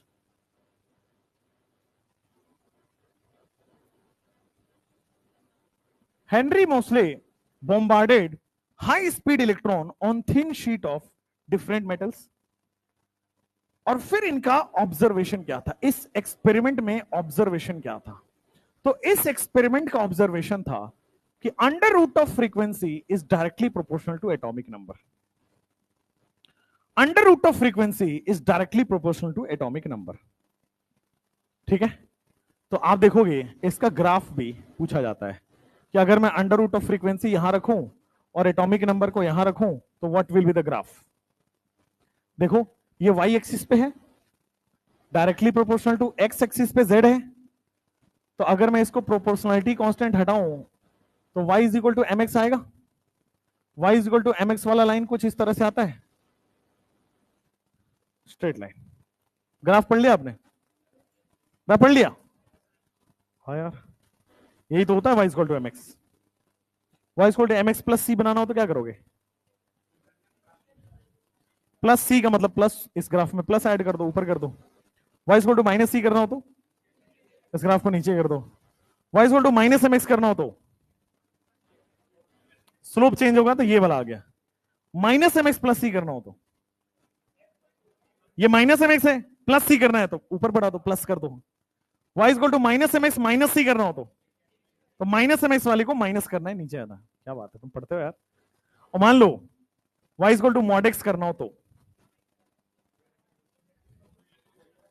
x का, y is equal to X का मतलब ये हो गया, मॉड का मतलब सारी चीजें पॉजिटिव हो जाएंगे। तो क्या ये नेगेटिव वाली चीजें पॉजिटिव हो जाएगी? वी शेप, वी शेप होता है ना।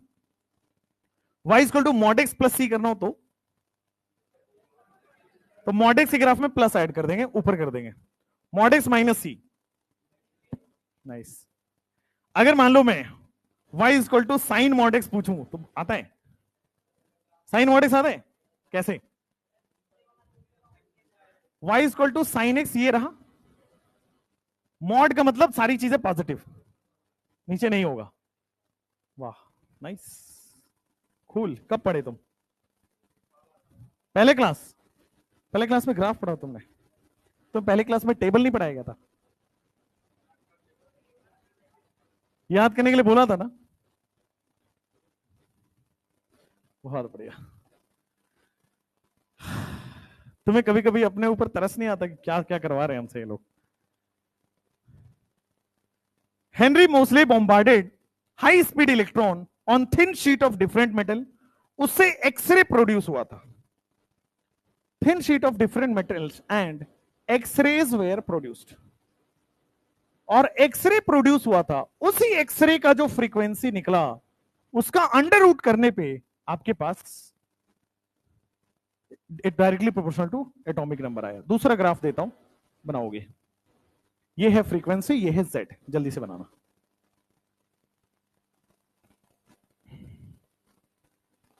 सोचो, ग्राफ पढ़ चुके हो ना आप? ये आईआईटी मेंस में आया हुआ है इसलिए करा देता हूं, जेई मेंस में। क्या? पैराबोला, जिगजैग, देखो हमारे पास इक्वेशन क्या है, root frequency directly proportional to Z, यही है। मैं क्या लिख रहा हूं इस बार, फ्रीक्वेंसी और जेड में ग्राफ बनाना है ना। तो मेरा वाई अब वाई स्क्वायर है क्या, ये वाई है ना, तो वाई स्क्वायर हो गया, तभी तो करेंगे ये। Y square directly proportional to z आ रहा है, इसका ग्राफ क्या होता है।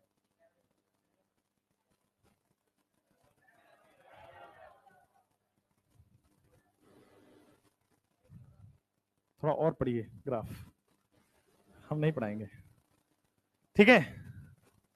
Y equal to X square वाला था यार, ठीक है। चलिए, ये आपके सिलेबस में नहीं आएगा, ठीक है, आपके सिलेबस में इतना नहीं आएगा, आपको छोटे बच्चे समझते हैं वो। नेक्स्ट, ये हो गया modern periodic table. Modern periodic table का एक्सपेरिमेंट कैसे हुआ, अब लिखोगे modern periodic law. Next is modern periodic law. Modern periodic law, अब मॉडर्न पीरियोडिक लॉ क्या कहता है, ध्यान से देखना। The property of elements are periodic function of atomic number of. Mendeleev में था कि property of elements are periodic function of atomic weight, but यहां पे आएगा properties of elements are periodic function of atomic number, क्योंकि इस बार atomic number के डायरेक्टली प्रोपोर्शनल आ रहा था। Properties of elements are periodic function of atomic number.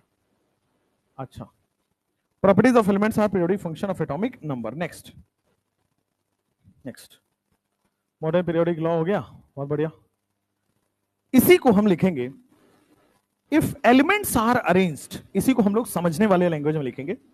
If elements are arranged in increasing order of atomic number, if elements are arranged in increasing order of atomic number, अगर elements को increasing order of atomic number में सजाएं, then properties of element repeats itself. Atomic number के हिसाब से अगर मैं सजाऊं, then property of elements repeats after certain interval. Property of element repeat होगी कुछ इंटरवल के बाद, और ये इंटरवल ही मैजिक नंबर बोला जाता है। इंटरवल ही मैजिक नंबर है, आगे पढ़ेंगे आप। Property of elements are periodic function of atomic number. If elements are arranged in increasing order of atomic number, then property of element repeats after certain interval. चलिए next, ये हो गया modern periodic law, उसी को तोड़ के लिख दिया गया। मॉडर्न पीरियोडिक लॉ की कैरेक्टरिस्टिक थी। अब आपका पीरियोडिक टेबल यहां से स्टार्ट हो रहा है, पीरियोडिक टेबल यहां से स्टार्ट हो रहा है। अब चैप्टर, ये कुछ थ्योरी थी जो आपको समझनी जरूरी है। ये थ्योरी धीरे धीरे धीरे धीरे आपको याद हो जाएगा रिवीजन के साथ साथ। मॉडर्न पीरियोडिक लॉ, अब आप पढ़ोगे उसमें कितने ब्लॉक होते हैं, कितने पीरियड होते हैं, कितने ग्रुप होते हैं, फिर ग्रुप नंबर 1 का ट्रिक कराना पड़ेगा, ग्रुप नंबर 18 तक का ट्रिक बताना पड़ेगा, फिर इलेक्ट्रॉनिक कॉन्फ़िगरेशन लिखना सीखेंगे, फिर पीरियड ग्रुप ब्लॉक निकालना सीखेंगे, एंड सो ऑन। जनरली ये पार्ट लोग स्किप कर देते हैं, बट सिलेबस में है बेटा, डिफिकल्ट लगे आसान लगे, ईमानदारी से पढ़ना है, राइट? क्योंकि लास्ट में वही आएगा काम जिसका सिलेबस पूरा ओवरऑल कंप्लीट हो। ठीक, चलिए मॉडर्न पीरियोडिक लॉ के बाद अब लिखोगे characteristic of modern periodic table, मतलब मॉडर्न पीरियोडिक टेबल की क्या क्या खास बात थी। Characteristics of modern periodic table. और तुम्हारी क्लास में तो गर्मी होता क्यों है? आधी नींद तो इसी वजह से आ रही होती है। हाँ, मैं आता हूं तो गर्मी बढ़ जाती है। कैसे लोग हैं भाई, हॉट हूं मैं, तुम्हें लड़के थे इधर से बाल निकल रहे क्या मेरे? हद हो गई यार। लड़कों को बेटा अप्रिशिएट करने के लिए स्मार्ट बोला जाता है, हैंडसम बोला जाता है, सुंदर नहीं बोलने लगना कि सर बहुत सुंदर लग रहे हो। फिर क्या होगा बताए, मुझे डाउट होगा। फिर अपने डॉक्टर बनके पहला इलाज खुद का करना, क्योंकि कमी अंदर है बेटा, तुम बाहर ढूंढ रहे हो। चलो, ये उम्मीद तो बिल्कुल नहीं थी। चलिए भाई, तो लिखिए characteristics of modern periodic table. तुम्हारी क्लास में सही में बहुत उमस होता है और इसमें तुम्हें नींद आनी चाहिए, आ रही है? बहुत उमस हो रहा है, मतलब मेरी आंखें थोड़ी सी वैसी हो रही है। एसी क्यों बंद है? बंद है, सही में गर्मी लग रहा है, मतलब मैं इसी क्लास में सुबह पढ़ा के गया हूं। क्यों ऐसा करते हैं?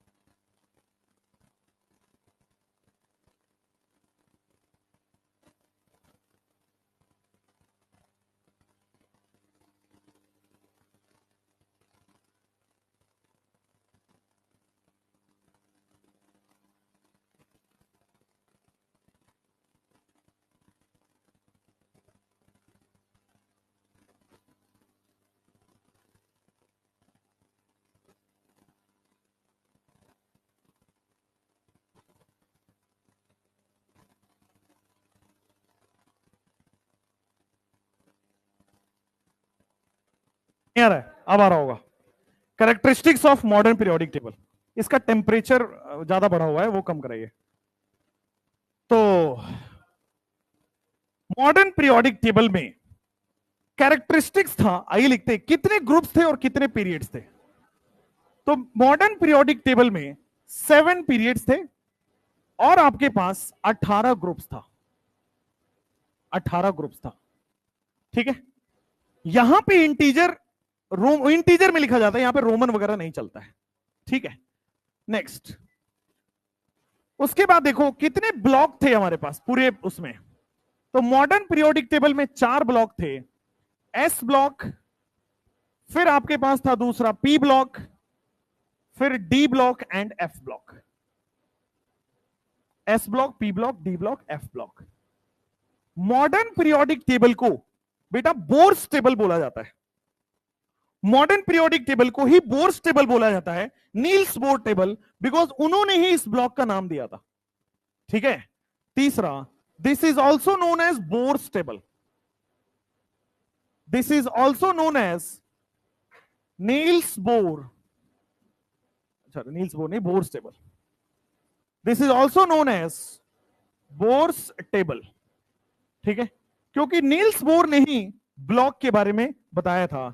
Niels Bohr gave the classification of blocks।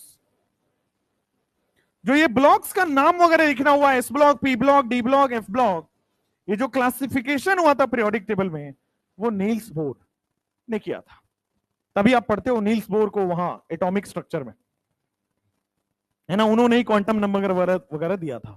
तो this is also known as Bohr's table, Niels Bohr ये द क्लासिफिकेशन ऑफ ब्लॉक।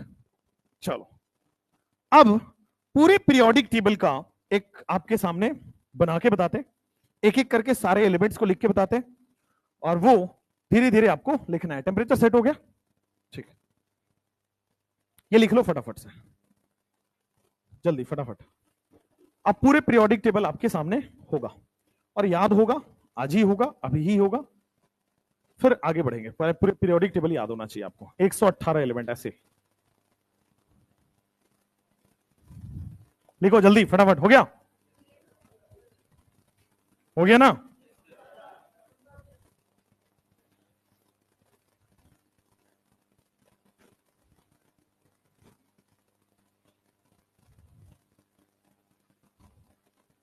हो गया, हो गया, हो गया, हो गया। चलो, अब आपका जो पीरियोडिक टेबल है उसके सबसे लेफ्ट हैंड साइड पे ग्रुप नंबर 1 है। ग्रुप नंबर 1 के आगे आपके पास ग्रुप नंबर 2 है। ठीक है, ग्रुप नंबर 3 से लेकर के ग्रुप नंबर 12 तक आपका डी ब्लॉक है। फिर ग्रुप नंबर 13 से ग्रुप नंबर 17 तक आपके पास पी ब्लॉक है। और फिर लास्ट में group number 18 is the P block only. ऐसा ही दिखता है कुछ पीरियोडिक टेबल आपका, ऐसा ही जैसा बना हुआ है। सबसे पहला एलिमेंट पीरियोडिक टेबल का क्या हाइड्रोजन होता है। सेकेंड एलिमेंट क्या यहां आता है, हीलियम। तो देखो फर्स्ट पीरियड में जो पीरियड नंबर 1 है, P इज इक्वल टू 1 यानी कि पीरियड नंबर 1, वहां पे दो ही एलिमेंट आते हैं, हाइड्रोजन और हीलियम। अभी उसकी चर्चा करेंगे, ठीक है। उसके बाद सेकेंड पीरियड पे आ जाओ, period number 2। Lithium is the atomic number 3, फिर बेरिलियम आता है यहां पे, फिर इधर आ जाता है, बट यहां पे आपको ब्लॉक्स में बांटना पड़ेगा। तो ये हो गया आपके पास ग्रुप 13,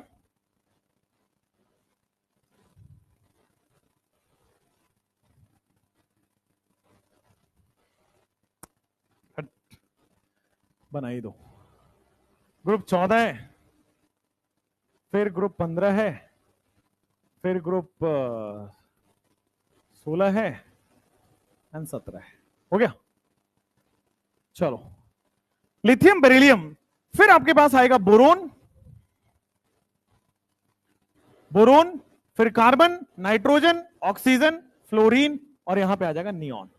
तो सेकेंड पीरियड के एलिमेंट आपके सामने लिख दिए। पूरे 7 पीरियड्स हैं, उसमें से थर्ड पीरियड में लिख रहा हूं सोडियम, मैग्नीशियम, फिर आपके सामने यहां पे आ रहा है aluminium, silicon, phosphorus, sulphur, chlorine, argon. ये हो गया आपके पास पीरियड नंबर 3 तक। अब जो पीरियड नंबर 4 है, पीरियड नंबर 4 है, वहां से आपके पास डी ब्लॉक एलिमेंट स्टार्ट हो जाता है। ये पीरियड नंबर 3 तक आपने देख लिया है, पीरियड नंबर 3 तक क्लोज कर देते हैं। पीरियड नंबर 1 में एस प्लस पी ब्लॉक दोनों है, पीरियड नंबर 2 में एस ब्लॉक और पी ब्लॉक है, पीरियड नंबर 3 में एस ब्लॉक और पी ब्लॉक है, पीरियड नंबर 4 पहला पीरियड है जहां पे डी ब्लॉक एलिमेंट स्टार्ट होता है। अब डी ब्लॉक एलिमेंट स्टार्ट होगा तो यहां पे देखो ग्रुप नंबर 3 आ रहा होगा, फिर ग्रुप 4 आएगा, फिर 5 आएगा, 6,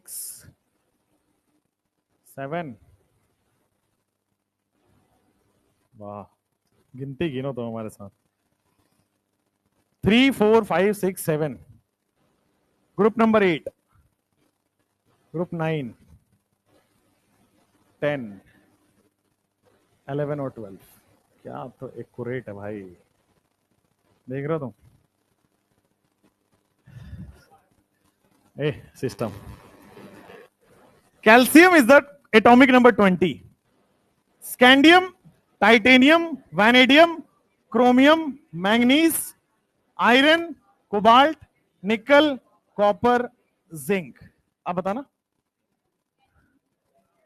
gallium, germanium, arsenic, selenium, bromine, और आपके सामने क्रिप्टन। पीरियड नंबर 4 के बाद पीरियड नंबर 5, 4 के बाद 5 लिखते हैं। तो आप देखो यहां पे हाइड्रोजन, लिथियम, सोडियम, पोटेशियम, हालिना की रब से फरियाद।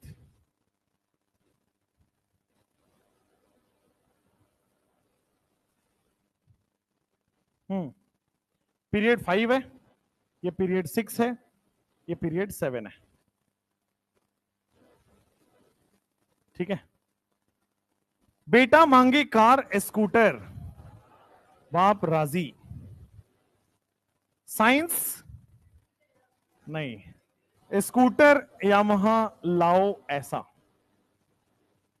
टीना जरीना, लड़कियां हाफ ही होती बेटा, वो नसीब था, क्रीम मुहासो वाली, वीको टर्मरिक बोलते हैं उसको, मन तक रे, फिर रूठा ओसामा, कौन रहता इधर, निकाह पढ़ो पंडित, कॉपर से आगे सोना, सेकुलर है भाई, जिंक, कैडमियम, मरकरी, जमाने में सीडी होगा, किसी जमाने में हुआ करता होगा।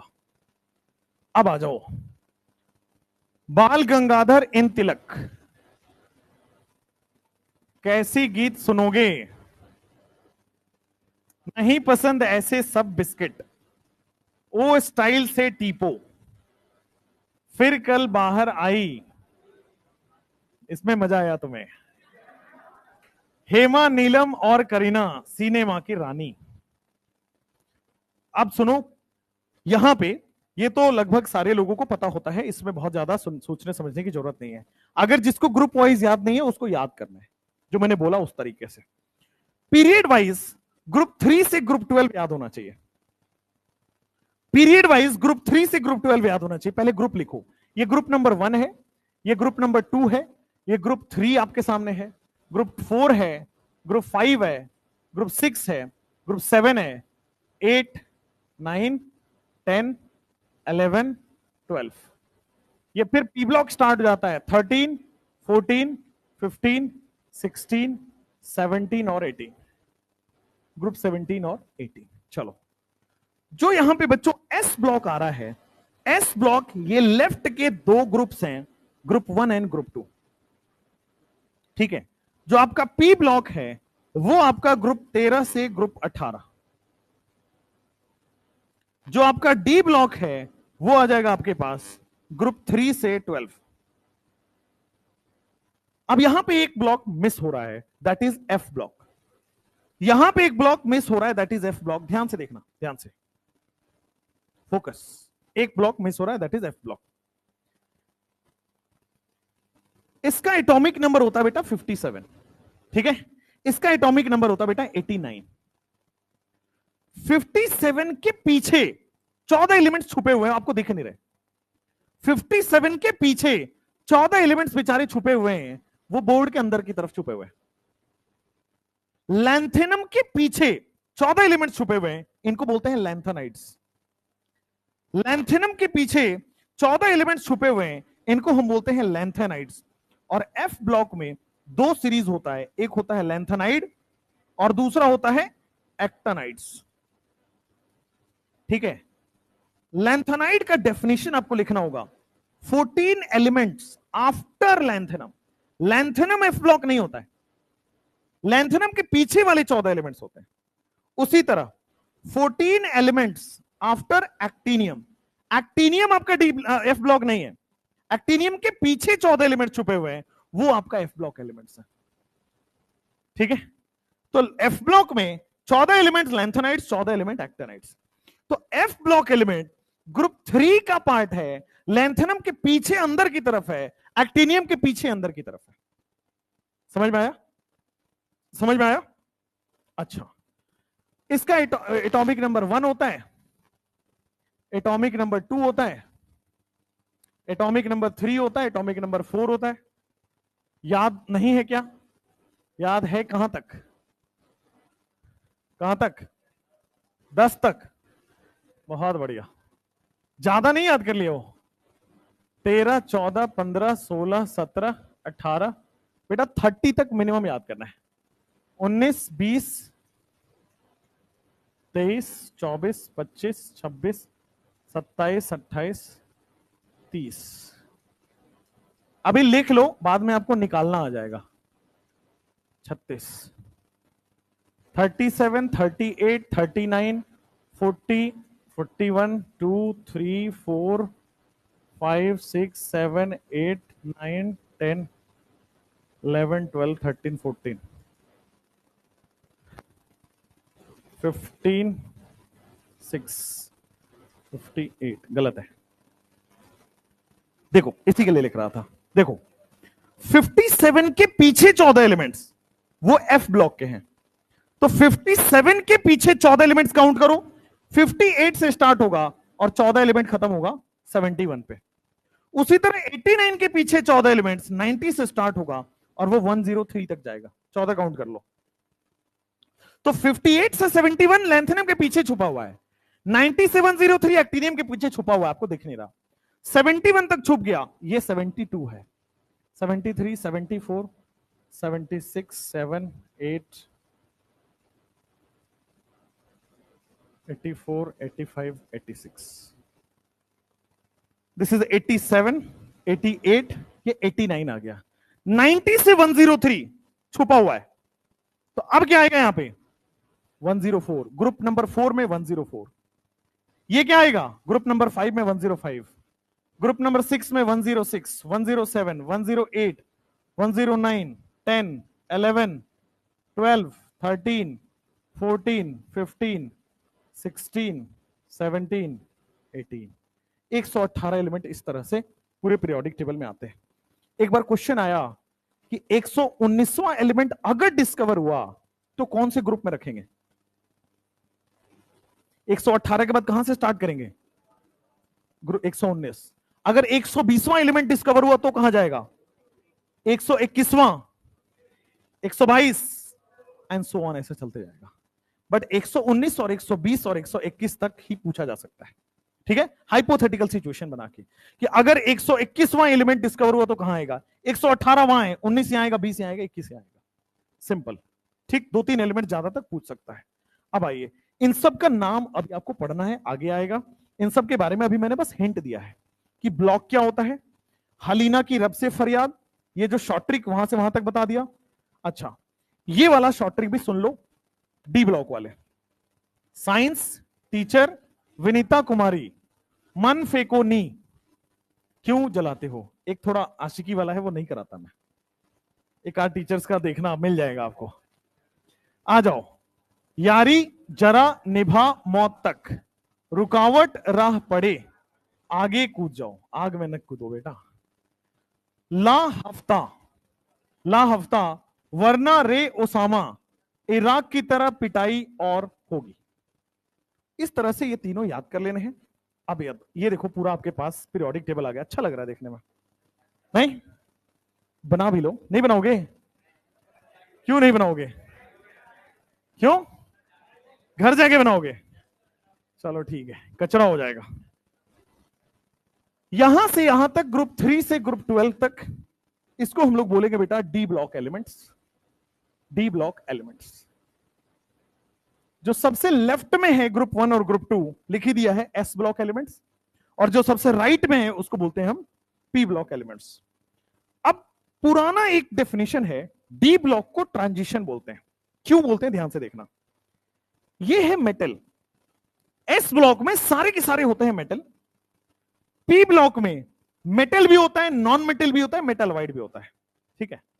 तो ये कंप्लीट मेटल है और वो कंप्लीट नॉन मेटल की तरफ जा रहा होता है, जितना राइट जाओगे नॉन मेटल की तरफ जा रहे हो। तो ये कंप्लीट मेटल है, ये कंप्लीट नॉन मेटल है। मेटल से नॉन मेटल की तरफ प्रॉपर्टी ट्रांजिशन हो रहा है, बदल रहा है, ट्रांजिशन का मतलब बदल रहा है।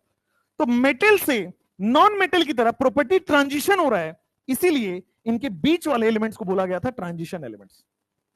ये कंप्लीट मेटल है, वो कंप्लीट नॉन मेटल है, तो ओल्ड कन्वेंशन में ट्रांजिशन मेटल इसको क्यों बोला गया? क्योंकि मेटल से नॉन मेटल के बीच में प्रॉपर्टी बदलती हुई जा रही है। ये पूरा पूरा मेटल है, वो पूरा पूरा नॉन मेटल है, मतलब प्रॉपर्टी चेंज होगी। तो बीच वाले एलिमेंट जिनकी प्रॉपर्टी चेंज हो रही थी उसको बोल दिया उन्होंने ट्रांजिशन एलिमेंट्स।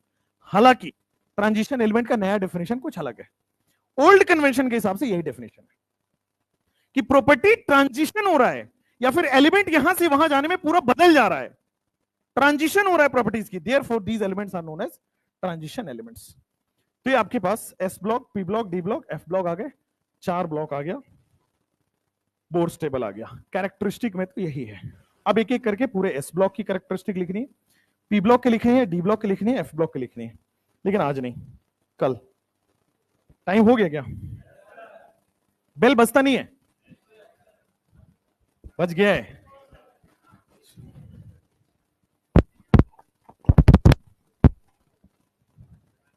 और क्या चल रहा है तुम्हारी जिंदगी में? हॉस्टल में एसी चलता है तुम्हारे? नहीं चलता है? क्या चलता है फिर? पंखा? पंखा में नींद आ जाती है तुमको? तुम्हें पंखा में नींद आ जाता है?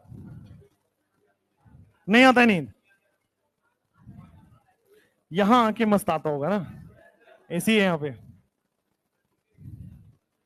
दूसरा एक और चीज, अच्छा मॉड्यूल मिल गया आपको? नहीं क्यों बोल रहे हो? मॉड्यूल मिल गया है, उसमें जो हिस्ट्री ऑफ पीरियोडिक टेबल वाला पार्ट है, वो उसका जो थ्योरी दिया हुआ है वो पढ़ लोगे आज, ठीक है। क्वेश्चन नहीं लगाना, क्वेश्चन पहले मैं अभी बोला बताया था ना, पहले एनसीईआरटी कराऊंगा उसके बाद आप कराऊंगा। तो कल जब मैं आऊंगा तो दो चीज आपको दिखेगी, एनसीईआरटी के स्निप्स हिस्ट्री वाले के, एनसीईआरटी के लाइन बाय लाइन क्वेश्चन वो मिल जाएगा आपको। उसके बाद स्निप्स में पढ़ा दूंगा, क्वेश्चन मैं आपको दूंगा, क्वेश्चन आपको करने हैं, ठीक है। तो आपको मैंने एक नंबर दिया था, वहां पर आप B3 टाइप कर दिया था कुछ लोगों ने, तो जिन लोगों ने नहीं किया है वो कर दीजिएगा, केवल B और 3, hi hello good morning good evening नहीं, ठीक है ना। वहां बिल्कुल नहीं पूछना है कि सर हमारा एसी नहीं चल रहा है, हम क्या करें अब, ठीक है। दूसरा, चूंकि आपका नंबर आज रात तक सेव हो जाएगा, क्योंकि अब मैं आपको उसी पे होमवर्क दिया करूंगा, तो नंबर सेव हो जाएगा, तो आगे से व्हाट्सएप स्टेटस लगाने से पहले 10 बार सोचना, ठीक है। क्योंकि हुआ क्या था, मैंने ऊपर वालों को बिना बताए उनका नंबर सेव कर लिया, फिर पता है लोग वहां पे क्या कर रहे हैं, एक वही आंटी जी हैं उसमें से एक बैच में, उन्होंने आंटी जी ने क्या किया, गोइंग मोतिहारी एंड चिलिंग ऐसे करके फोटो वोटो लगाया, हमने वही स्टेटस पे रिप्लाई किया कि भाई अभी हटा लो, अब पढ़ाई में चिलिंग करना स्टार्ट करो। फिर उसके बाद से स्टेटस नहीं लगा है, मैं ऐसा उम्मीद कर रहा हूं कि स्टेटस से उसने ब्लॉक नहीं किया मुझे, मैं ऐसा उम्मीद कर रखा हूं कि हाइड नहीं किया उसने, और तो इसलिए नंबर सेव हो जाएगा, तो थोड़ा सा, और कोई भी आशिकी वाले गाने वाने नहीं लगाएगा, लड़के खास करके, तुम्हारी पता नहीं क्या तो आत्मा जाग आती है घर जाते ही, थोड़ा कंट्रोल रखना है उस पर, ठीक है। और किसी और टीचर को सुंदर नहीं बोलना है, वरना तुम्हारे पे डाउट करेंगे, मेल टीचर आने में डरेंगे फिर यहां पे, इसलिए please maintain that decorum. First second year कर लीजिए, फिर आप लोग खुद का इलाज खुद ही कर लेना, चेक करोगे। तो अगर आप लोग से मैंने पूछा था कि मेडिसिन का क्या सब्जेक्ट है, आपको सही में नहीं पता, फर्स्ट ईयर में कौन कौन सा सब्जेक्ट पता है, बिल्कुल नहीं पता, शर्म आनी चाहिए तुम्हें भाई, तुम जो काम करने जा रहे हो उसके बारे में कुछ तो नॉलेज रखो। कोई सोचा है कि यार मेरे को मेडिकल कॉलेज के बाद कौन सा एमडी किसमें करना है, क्या सोचा है, किसमें, रेडियोलॉजी में, क्यों ऐसा, ज्यादा पैसा है, इंटरेस्ट है रेडियोलॉजी में, ओके। और किसी ने सोचा है, पहले तो ऑन्कोलॉजी सोचा है, गुड गुड, और सोचा ही नहीं यार, कार्डियोलॉजी सोचा होगा, बहुत बढ़िया। पहले तो तुम्हारा एमबीबीएस हो जाए तब एमडी सोचेंगे, तब एसएस के बारे में सोचेंगे, अभी क्या सोचें, इसीलिए अभी नहीं सोचो, बहुत बढ़िया बहुत बढ़िया। या मुझे ऐसा लग रहा है कि उम्मीद ही नहीं है, तो उससे उतना ऊपर सोच के क्या फायदा, चलो बढ़िया है। एमडी का एग्जाम पोस्टपोन हो गया, पता चला, बहुत बढ़िया। लोग वहां परेशान है जो हम लोग के साथ जुड़े हुए थे, तो लास्ट तक एक बार आपका सिलेक्शन हो जाएगा, then it is lifelong relation, selection नहीं हुआ तो भगाएंगे भी दूर दूर तक, ध्यान रखना है भी। तो सिलेक्शन हो गया तो बच्चे कनेक्टेड रहते हैं फिर वहां तक, तो वो लोग का फोन आया कि सर हम लोग तो तैयार थे। अब कई लोगों का क्या होता है, फर्स्ट बार में ही एमडी हो जाता है, फोर्थ ईयर 5.5 साल के बाद ही एमडी हो जाता है फटाक से। और अगर आप एम्स में हो तो एम्स कोटा भी लगता है, आपको पता है ये बात, कि अगर आप एम्स कॉलेज लेते हो तो पीजी करना थोड़ा आसान होता है एज कंपेयर टू अदर्स, क्योंकि एम्स वालों का 50% इंटरनल कोटा होता है, कम नंबर भी पीजी में आएगा तो एम्स वाले को, अब चले चाहे भले ही आप एम्स, कौन सा खराब है एम्स अभी, कौन सा, पटना, अरे नहीं पटना अच्छा है यार, एम्स जो नया वाला है ना, भले ही आप कोई भी, एम्स दरभंगा है, हाँ, तो एम्स जो भी हो, नए वाले एम्स में भी लोग उसको ऑप्ट नहीं करते, बट वो पीजी में बहुत हेल्प करता है, एम्स का इंटरनल कोटा होता है, ठीक है। भले ही आप कितना पढ़ लो, आपको एक कॉलेज सुपर ऑसम है, अगर आपको 680 690 नंबर आता है तो वहां मैं सजेस्ट करता हूं लोगों को जाने का, दिल्ली में है, और दिल्ली के कॉलेज अगर आपको मिल गए तो मजा आ जाएगा, खास सारे मौलाना हो गया, हिंदू राव हो गया, वीएमएमसी हो गया, एएफएमसी तो अमेजिंग है, बहुत अमेजिंग है, एक्सेप्ट फॉर द बॉन्ड, सारी चीजें अमेजिंग है, बॉन्ड बहुत महंगा है यार, है ना, 40-50 लाख रुपए सब कुछ मिला बोला के, छोड़ नहीं पाओगे, मतलब ये है, एक बार गए तो गए। और अच्छी बात है ना यार, क्या दिक्कत है आपको, अगर आपको उधर जाना है तो कौन सा आपको बॉर्डर पे जाके कह रहे हैं कि वहां इलाज करो, वो तो कह रहे हैं कि बॉर्डर के पास रहना, हमारा इलाज करते रहना, तो कर्नल रैंक मिलती है, सबसे अच्छी बात ये होती है उसमें यार। डॉक्टर्स को कर्नल रैंक मिल रही है, डॉक्टर्स को 2 बॉडीगार्ड मिल रहे हैं, तो अच्छा रहेगा ना। ऐसे एम्स पटना में जाओ, कोई नहीं, पता लगे मरीज किसी दिन पीट पाट के चला गया, अच्छी दवाएं पता नहीं, तुम पे भरोसा तो है नहीं, कैंची वैची छोड़ोगे 1-2 बार तो ऐसा नहीं होगा। अभी आने दो, ये जितने ग्रेस मार्क्स वाले हैं क्या करेंगे बाद में जाके, वही होगा। कभी कैंची छूट रही है, कभी डेटॉल का पूरा बॉटल ही छूट गया है ना, तो ये सब होगा। जितने ग्रेस मार्क्स से गए हैं इस साल, कैसे हो सकता है यार, आप लोगों को नहीं लगा था कि यार ये नीट में क्या हो गया, लगा था। और आपको पता है उस पूरे मुद्दे का सूत्रधार कौन है, कहां से ओरिजिनेट हुआ था, आपको आइडिया लगा? नहीं नहीं, उस मुद्दे को उठाया किसने, पॉपुलर किसने किया? That is the reality. पहला वीडियो मैंने बनाया था उस पर, और वो वायरल हो गया था, और वो वायरल हुआ, उसके बाद सारे लोग उसको पिक कर लिए। मेरा मुद्दा यही था कि आप सब लोग पिक कर लो, हम फिर पढ़ाते हैं। तो सब अपन वापस आगे क्लास में, अब देखो पूरा मुद्दा चल पड़ा है। एक और मुद्दा दिख रहा है, आप देखना, कल परसों जो 1563 का एग्जाम हुआ है, तो एनटीए ने क्या बोला था कि 4 स्टेट में कंप्लेंट हुआ है, पंजाब, सॉरी चंडीगढ़, जो पंजाब में है, पंजाब और चंडीगढ़ एक ही बोल दो, दिल्ली, छत्तीसगढ़ और गुजरात, 4 स्टेट से कंप्लेंट आया है। ये एनटीए ने ऑफिशियल नोटिफिकेशन दिया है, अभी भी उसकी वेबसाइट पे पड़ा है। और जब 1563 का वो हुआ है, तो मेघालय में भी सेंटर डला हुआ है। जब 1563 का रीनीट हुआ, दिल्ली में सेंटर ही नहीं है, जबकि दिल्ली से कंप्लेंट हुआ था। ये बहुत बड़ा स्कैम है। वापस अभी किसी का ध्यान उधर गया नहीं है। मैं रुका हूं कि अभी 8 जुलाई को जो हो जाए पहले, उसके बाद फिर एक बार जान फूकी जाएगी उसमें, ठीक है। तो मेरा काम वही होता है, मैं यूट्यूब पे थोड़े थोड़े चिंगारी डाल के फिर वापस पढ़ाने में आ जाता हूं, है ना। तो वो रातों रात ऐसा वीडियो डाला, ऐसे ही डाला कि मुझे लगा कि इस पे बात करनी चाहिए। जब मुझे दिखा कि यार, मैं ऐसे ही बैठा था रात में डिनर के समय, देख रहा था कि यार एनटीए ने क्या डाला है, फिर मैं देखा यार ये सारे टॉपर जो है ये हरियाणा से क्यों है, अचानक से क्लिक हुआ। फिर मैंने तरुण सर को फोन किया कि यार ये सारे हरियाणा कैसे हो सकता है, उन्होंने बोला हो भी सकता है, पहली बार में किसी को थोड़ी शक होगा, उन्होंने बोला हो भी सकता है। फिर मैंने देखा कि यार ये तो इनके रोल नंबर में 10-12 का गैप है, 100 का गैप है, इसका मतलब एक ही सेंटर में बैठे हुए हैं। फिर देखा सारे 52 एआईआर, सारे 67 एआईआर पढ़े। फिर देखा जो कर्नाटका से एआईआर 1 आ रहा है, वो भी तीनों का रोल नंबर एक साथ है। गुजरात से जो 2 एआईआर 1 है वो भी एक साथ है। हरियाणा ने तो हद ही कर दी, पता नहीं क्या सोचा था उन्होंने, हद कर दी उन्होंने। अच्छा, आपको लगता होगा कि ये पहली बार स्कैम हुआ है, छोटे छोटे लेवल पे बहुत पहले से होता आया है, राइट। इस बार क्या हुआ, सब एक साथ कर दिए, सब गुजरात वाले भी कर दिए, हरियाणा वाले कर दिए, बिहार में तो, अच्छा बिहार वाले में वो जो अमित आनंद पकड़ा गया है, तो उसने पता है क्या किया, पुलिस के कबूलनामे क्या लिखा, बोला उसने, सर आप नीट के लिए मुझे गिरफ्तार किए हो, मैंने बीपीएससी का भी पेपर लीक किया हुआ इससे पहले, सोचो। तो उसने पुराने कबूलनामे भी कर लिए। और ये सब कहां हुआ है आपको पता है? बिहार गवर्नमेंट के ऑफिस में बैठ के ये सारा चीज हुआ है, ये सारी चीजें हुई है ना। ये जो आप बोरिंग रोड से इधर जाओगे तो एक बिल्डिंग बनने का भवन है, जो बिहार में जितनी भी बिल्डिंग्स बनती है उसका एक सरकारी बिल्डिंग है, यहीं पे इनकम टैक्स से आगे जाओगे तो लेफ्ट साइड में, वहीं पे हुआ है सब कुछ। वहीं पे एक जूनियर इंजीनियर है भाई साहब अपने, सिकंदर, तो वो सिकंदर जी ने अपने ही ऑफिस में बिठा के सब ये पूरा किया है, पेरेंट से कॉल किया है, पेरेंट से बात किया है, गवर्नमेंट नंबर को यूज किया है, और गवर्नमेंट सो रही थी अपनी, क्या ही फर्क पड़ रहा उनको।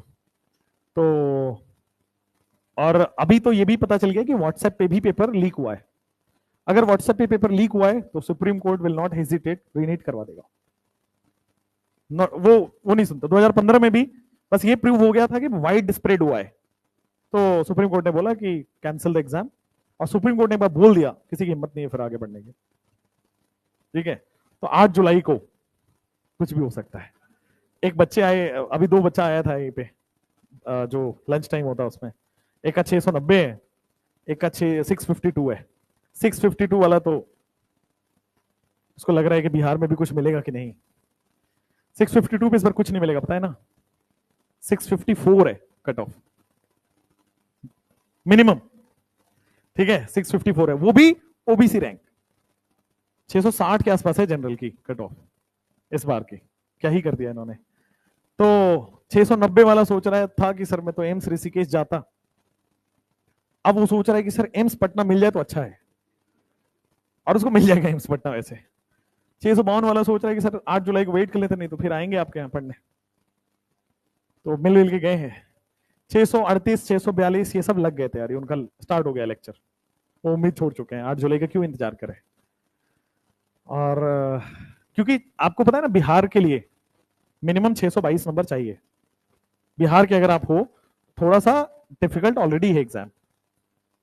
अगर आप कोलकाता के हो तो आज भी 590 पे कॉलेज मिल जाता है, आज भी, बिकॉज नंबर ऑफ कॉलेज बहुत ज्यादा है, गवर्नमेंट मेडिकल कॉलेज खूब है।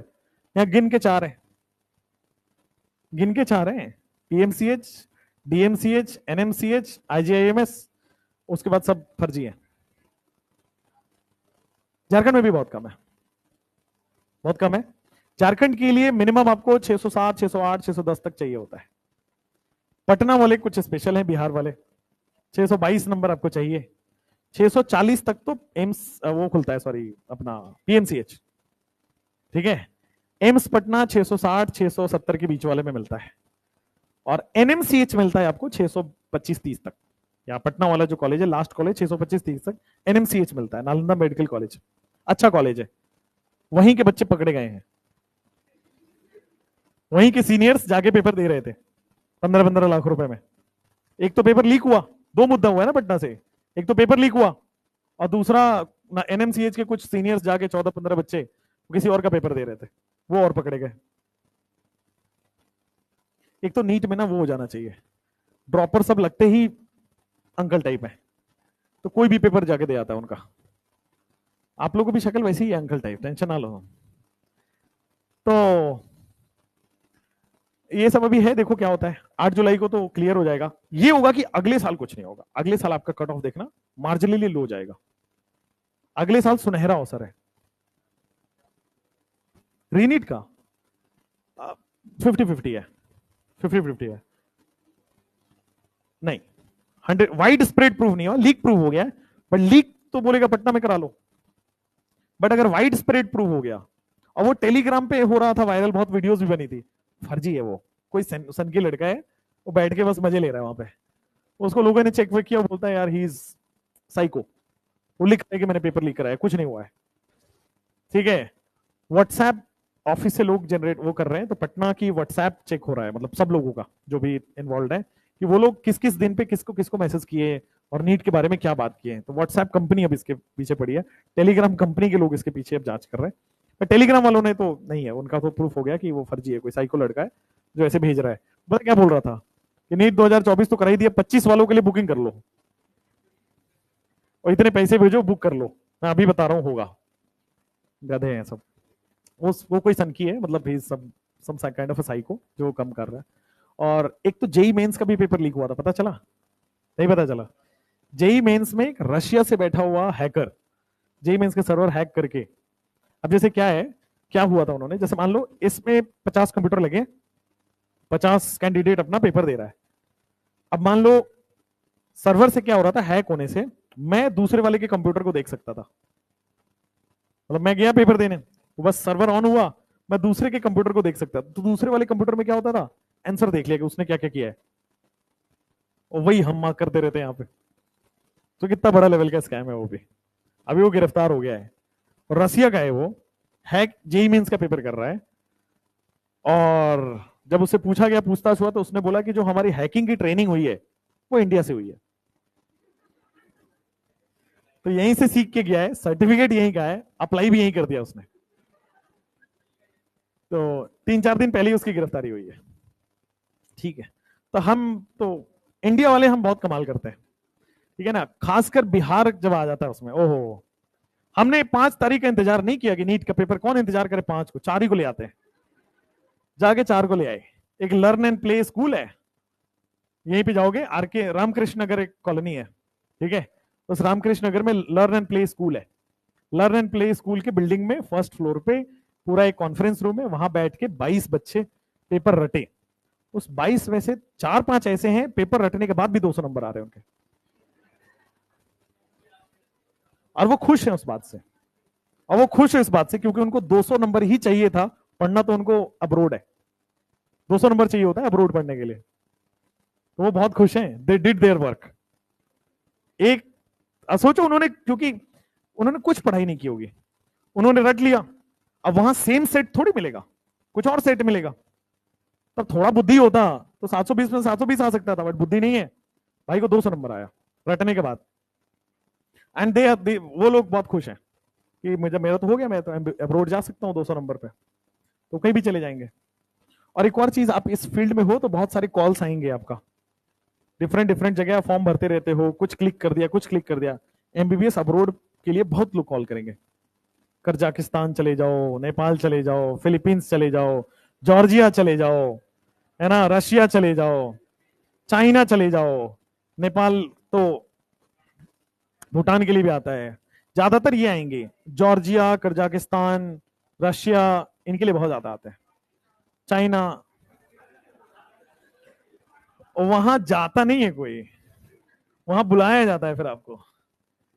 तो इन सब से बच के रहना, everything is a fraud. India में जो हो रहा है सब फ्रॉड है, चाहे वो जो, अब आपको भेज देंगे रशिया, अब आप वहां जाके वो अपना फोन ऑफ कर लेंगे, आपसे पैसे वैसे ले लेंगे, आपको लगेगा मैं तो कॉलेज में आ गया, अब इसको पैसे दे देना चाहिए, पैसे भी दे दोगे आप, अब वो गायब हो जाएगा। उसके बाद फर्स्ट ईयर आपका चलता है, सेकंड ईयर आपका बोलेगा एडमिशन का, फिर से पैसे दो नहीं तो एडमिशन हटा देंगे।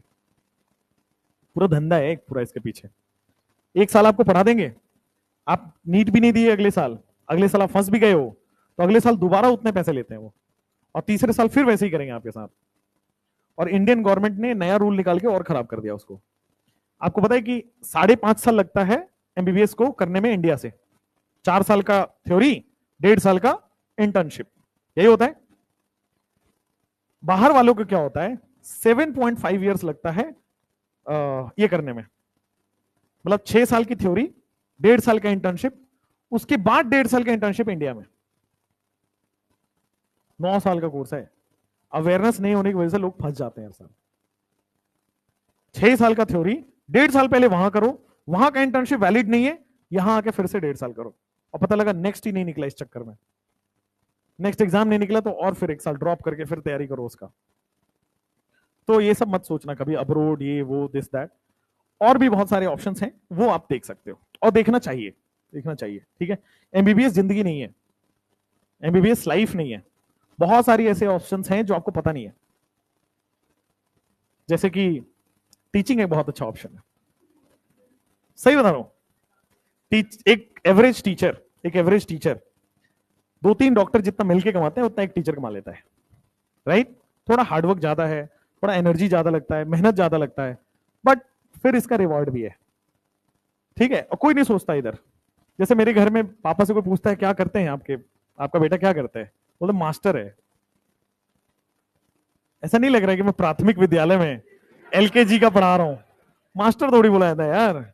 ऐसा बोल सकते हैं ना कि फैकल्टी है, लेक्चरर है, प्रोफेसर है, लेकिन उधर अभी बिहार साइड में, मेरा घर मोतिहारी है, तो वहां ये सब की इज्जत नहीं है भाई, वहां इज्जत नहीं है। फिर एक पापा आए थे कुछ दिन पहले यहाँ पे, उन्होंने देखा होर्डिंग में फोटो, तो उनको लगा कि कुछ ठीक कर रहा होगा, फिर बोलते हैं तुम सही काम करते हो ना।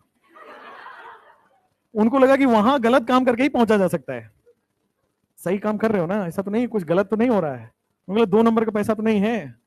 नहीं नहीं, सब 1 नंबर का ही पैसा है, सब वाइट मनी है। तो बट ठीक है, अब वो लोग को, हम लोग वैसे ही पढ़े यार। और बाकी आप लोग कर जाओगे अच्छा, लेकिन यही है कि कंसिस्टेंट रहना पूरे साल भर। बीच बीच में मैं थोड़ा आपको मोटिवेट गाइड करते रहता हूँ, कर दिया करूंगा। कल मिलता हूँ फिर आपसे, ठीक है। क्लास का टाइम हो गया है दूसरी क्लास का, या अभी और है? हो गया है, ले लो 10 मिनट्स ले लो तुम।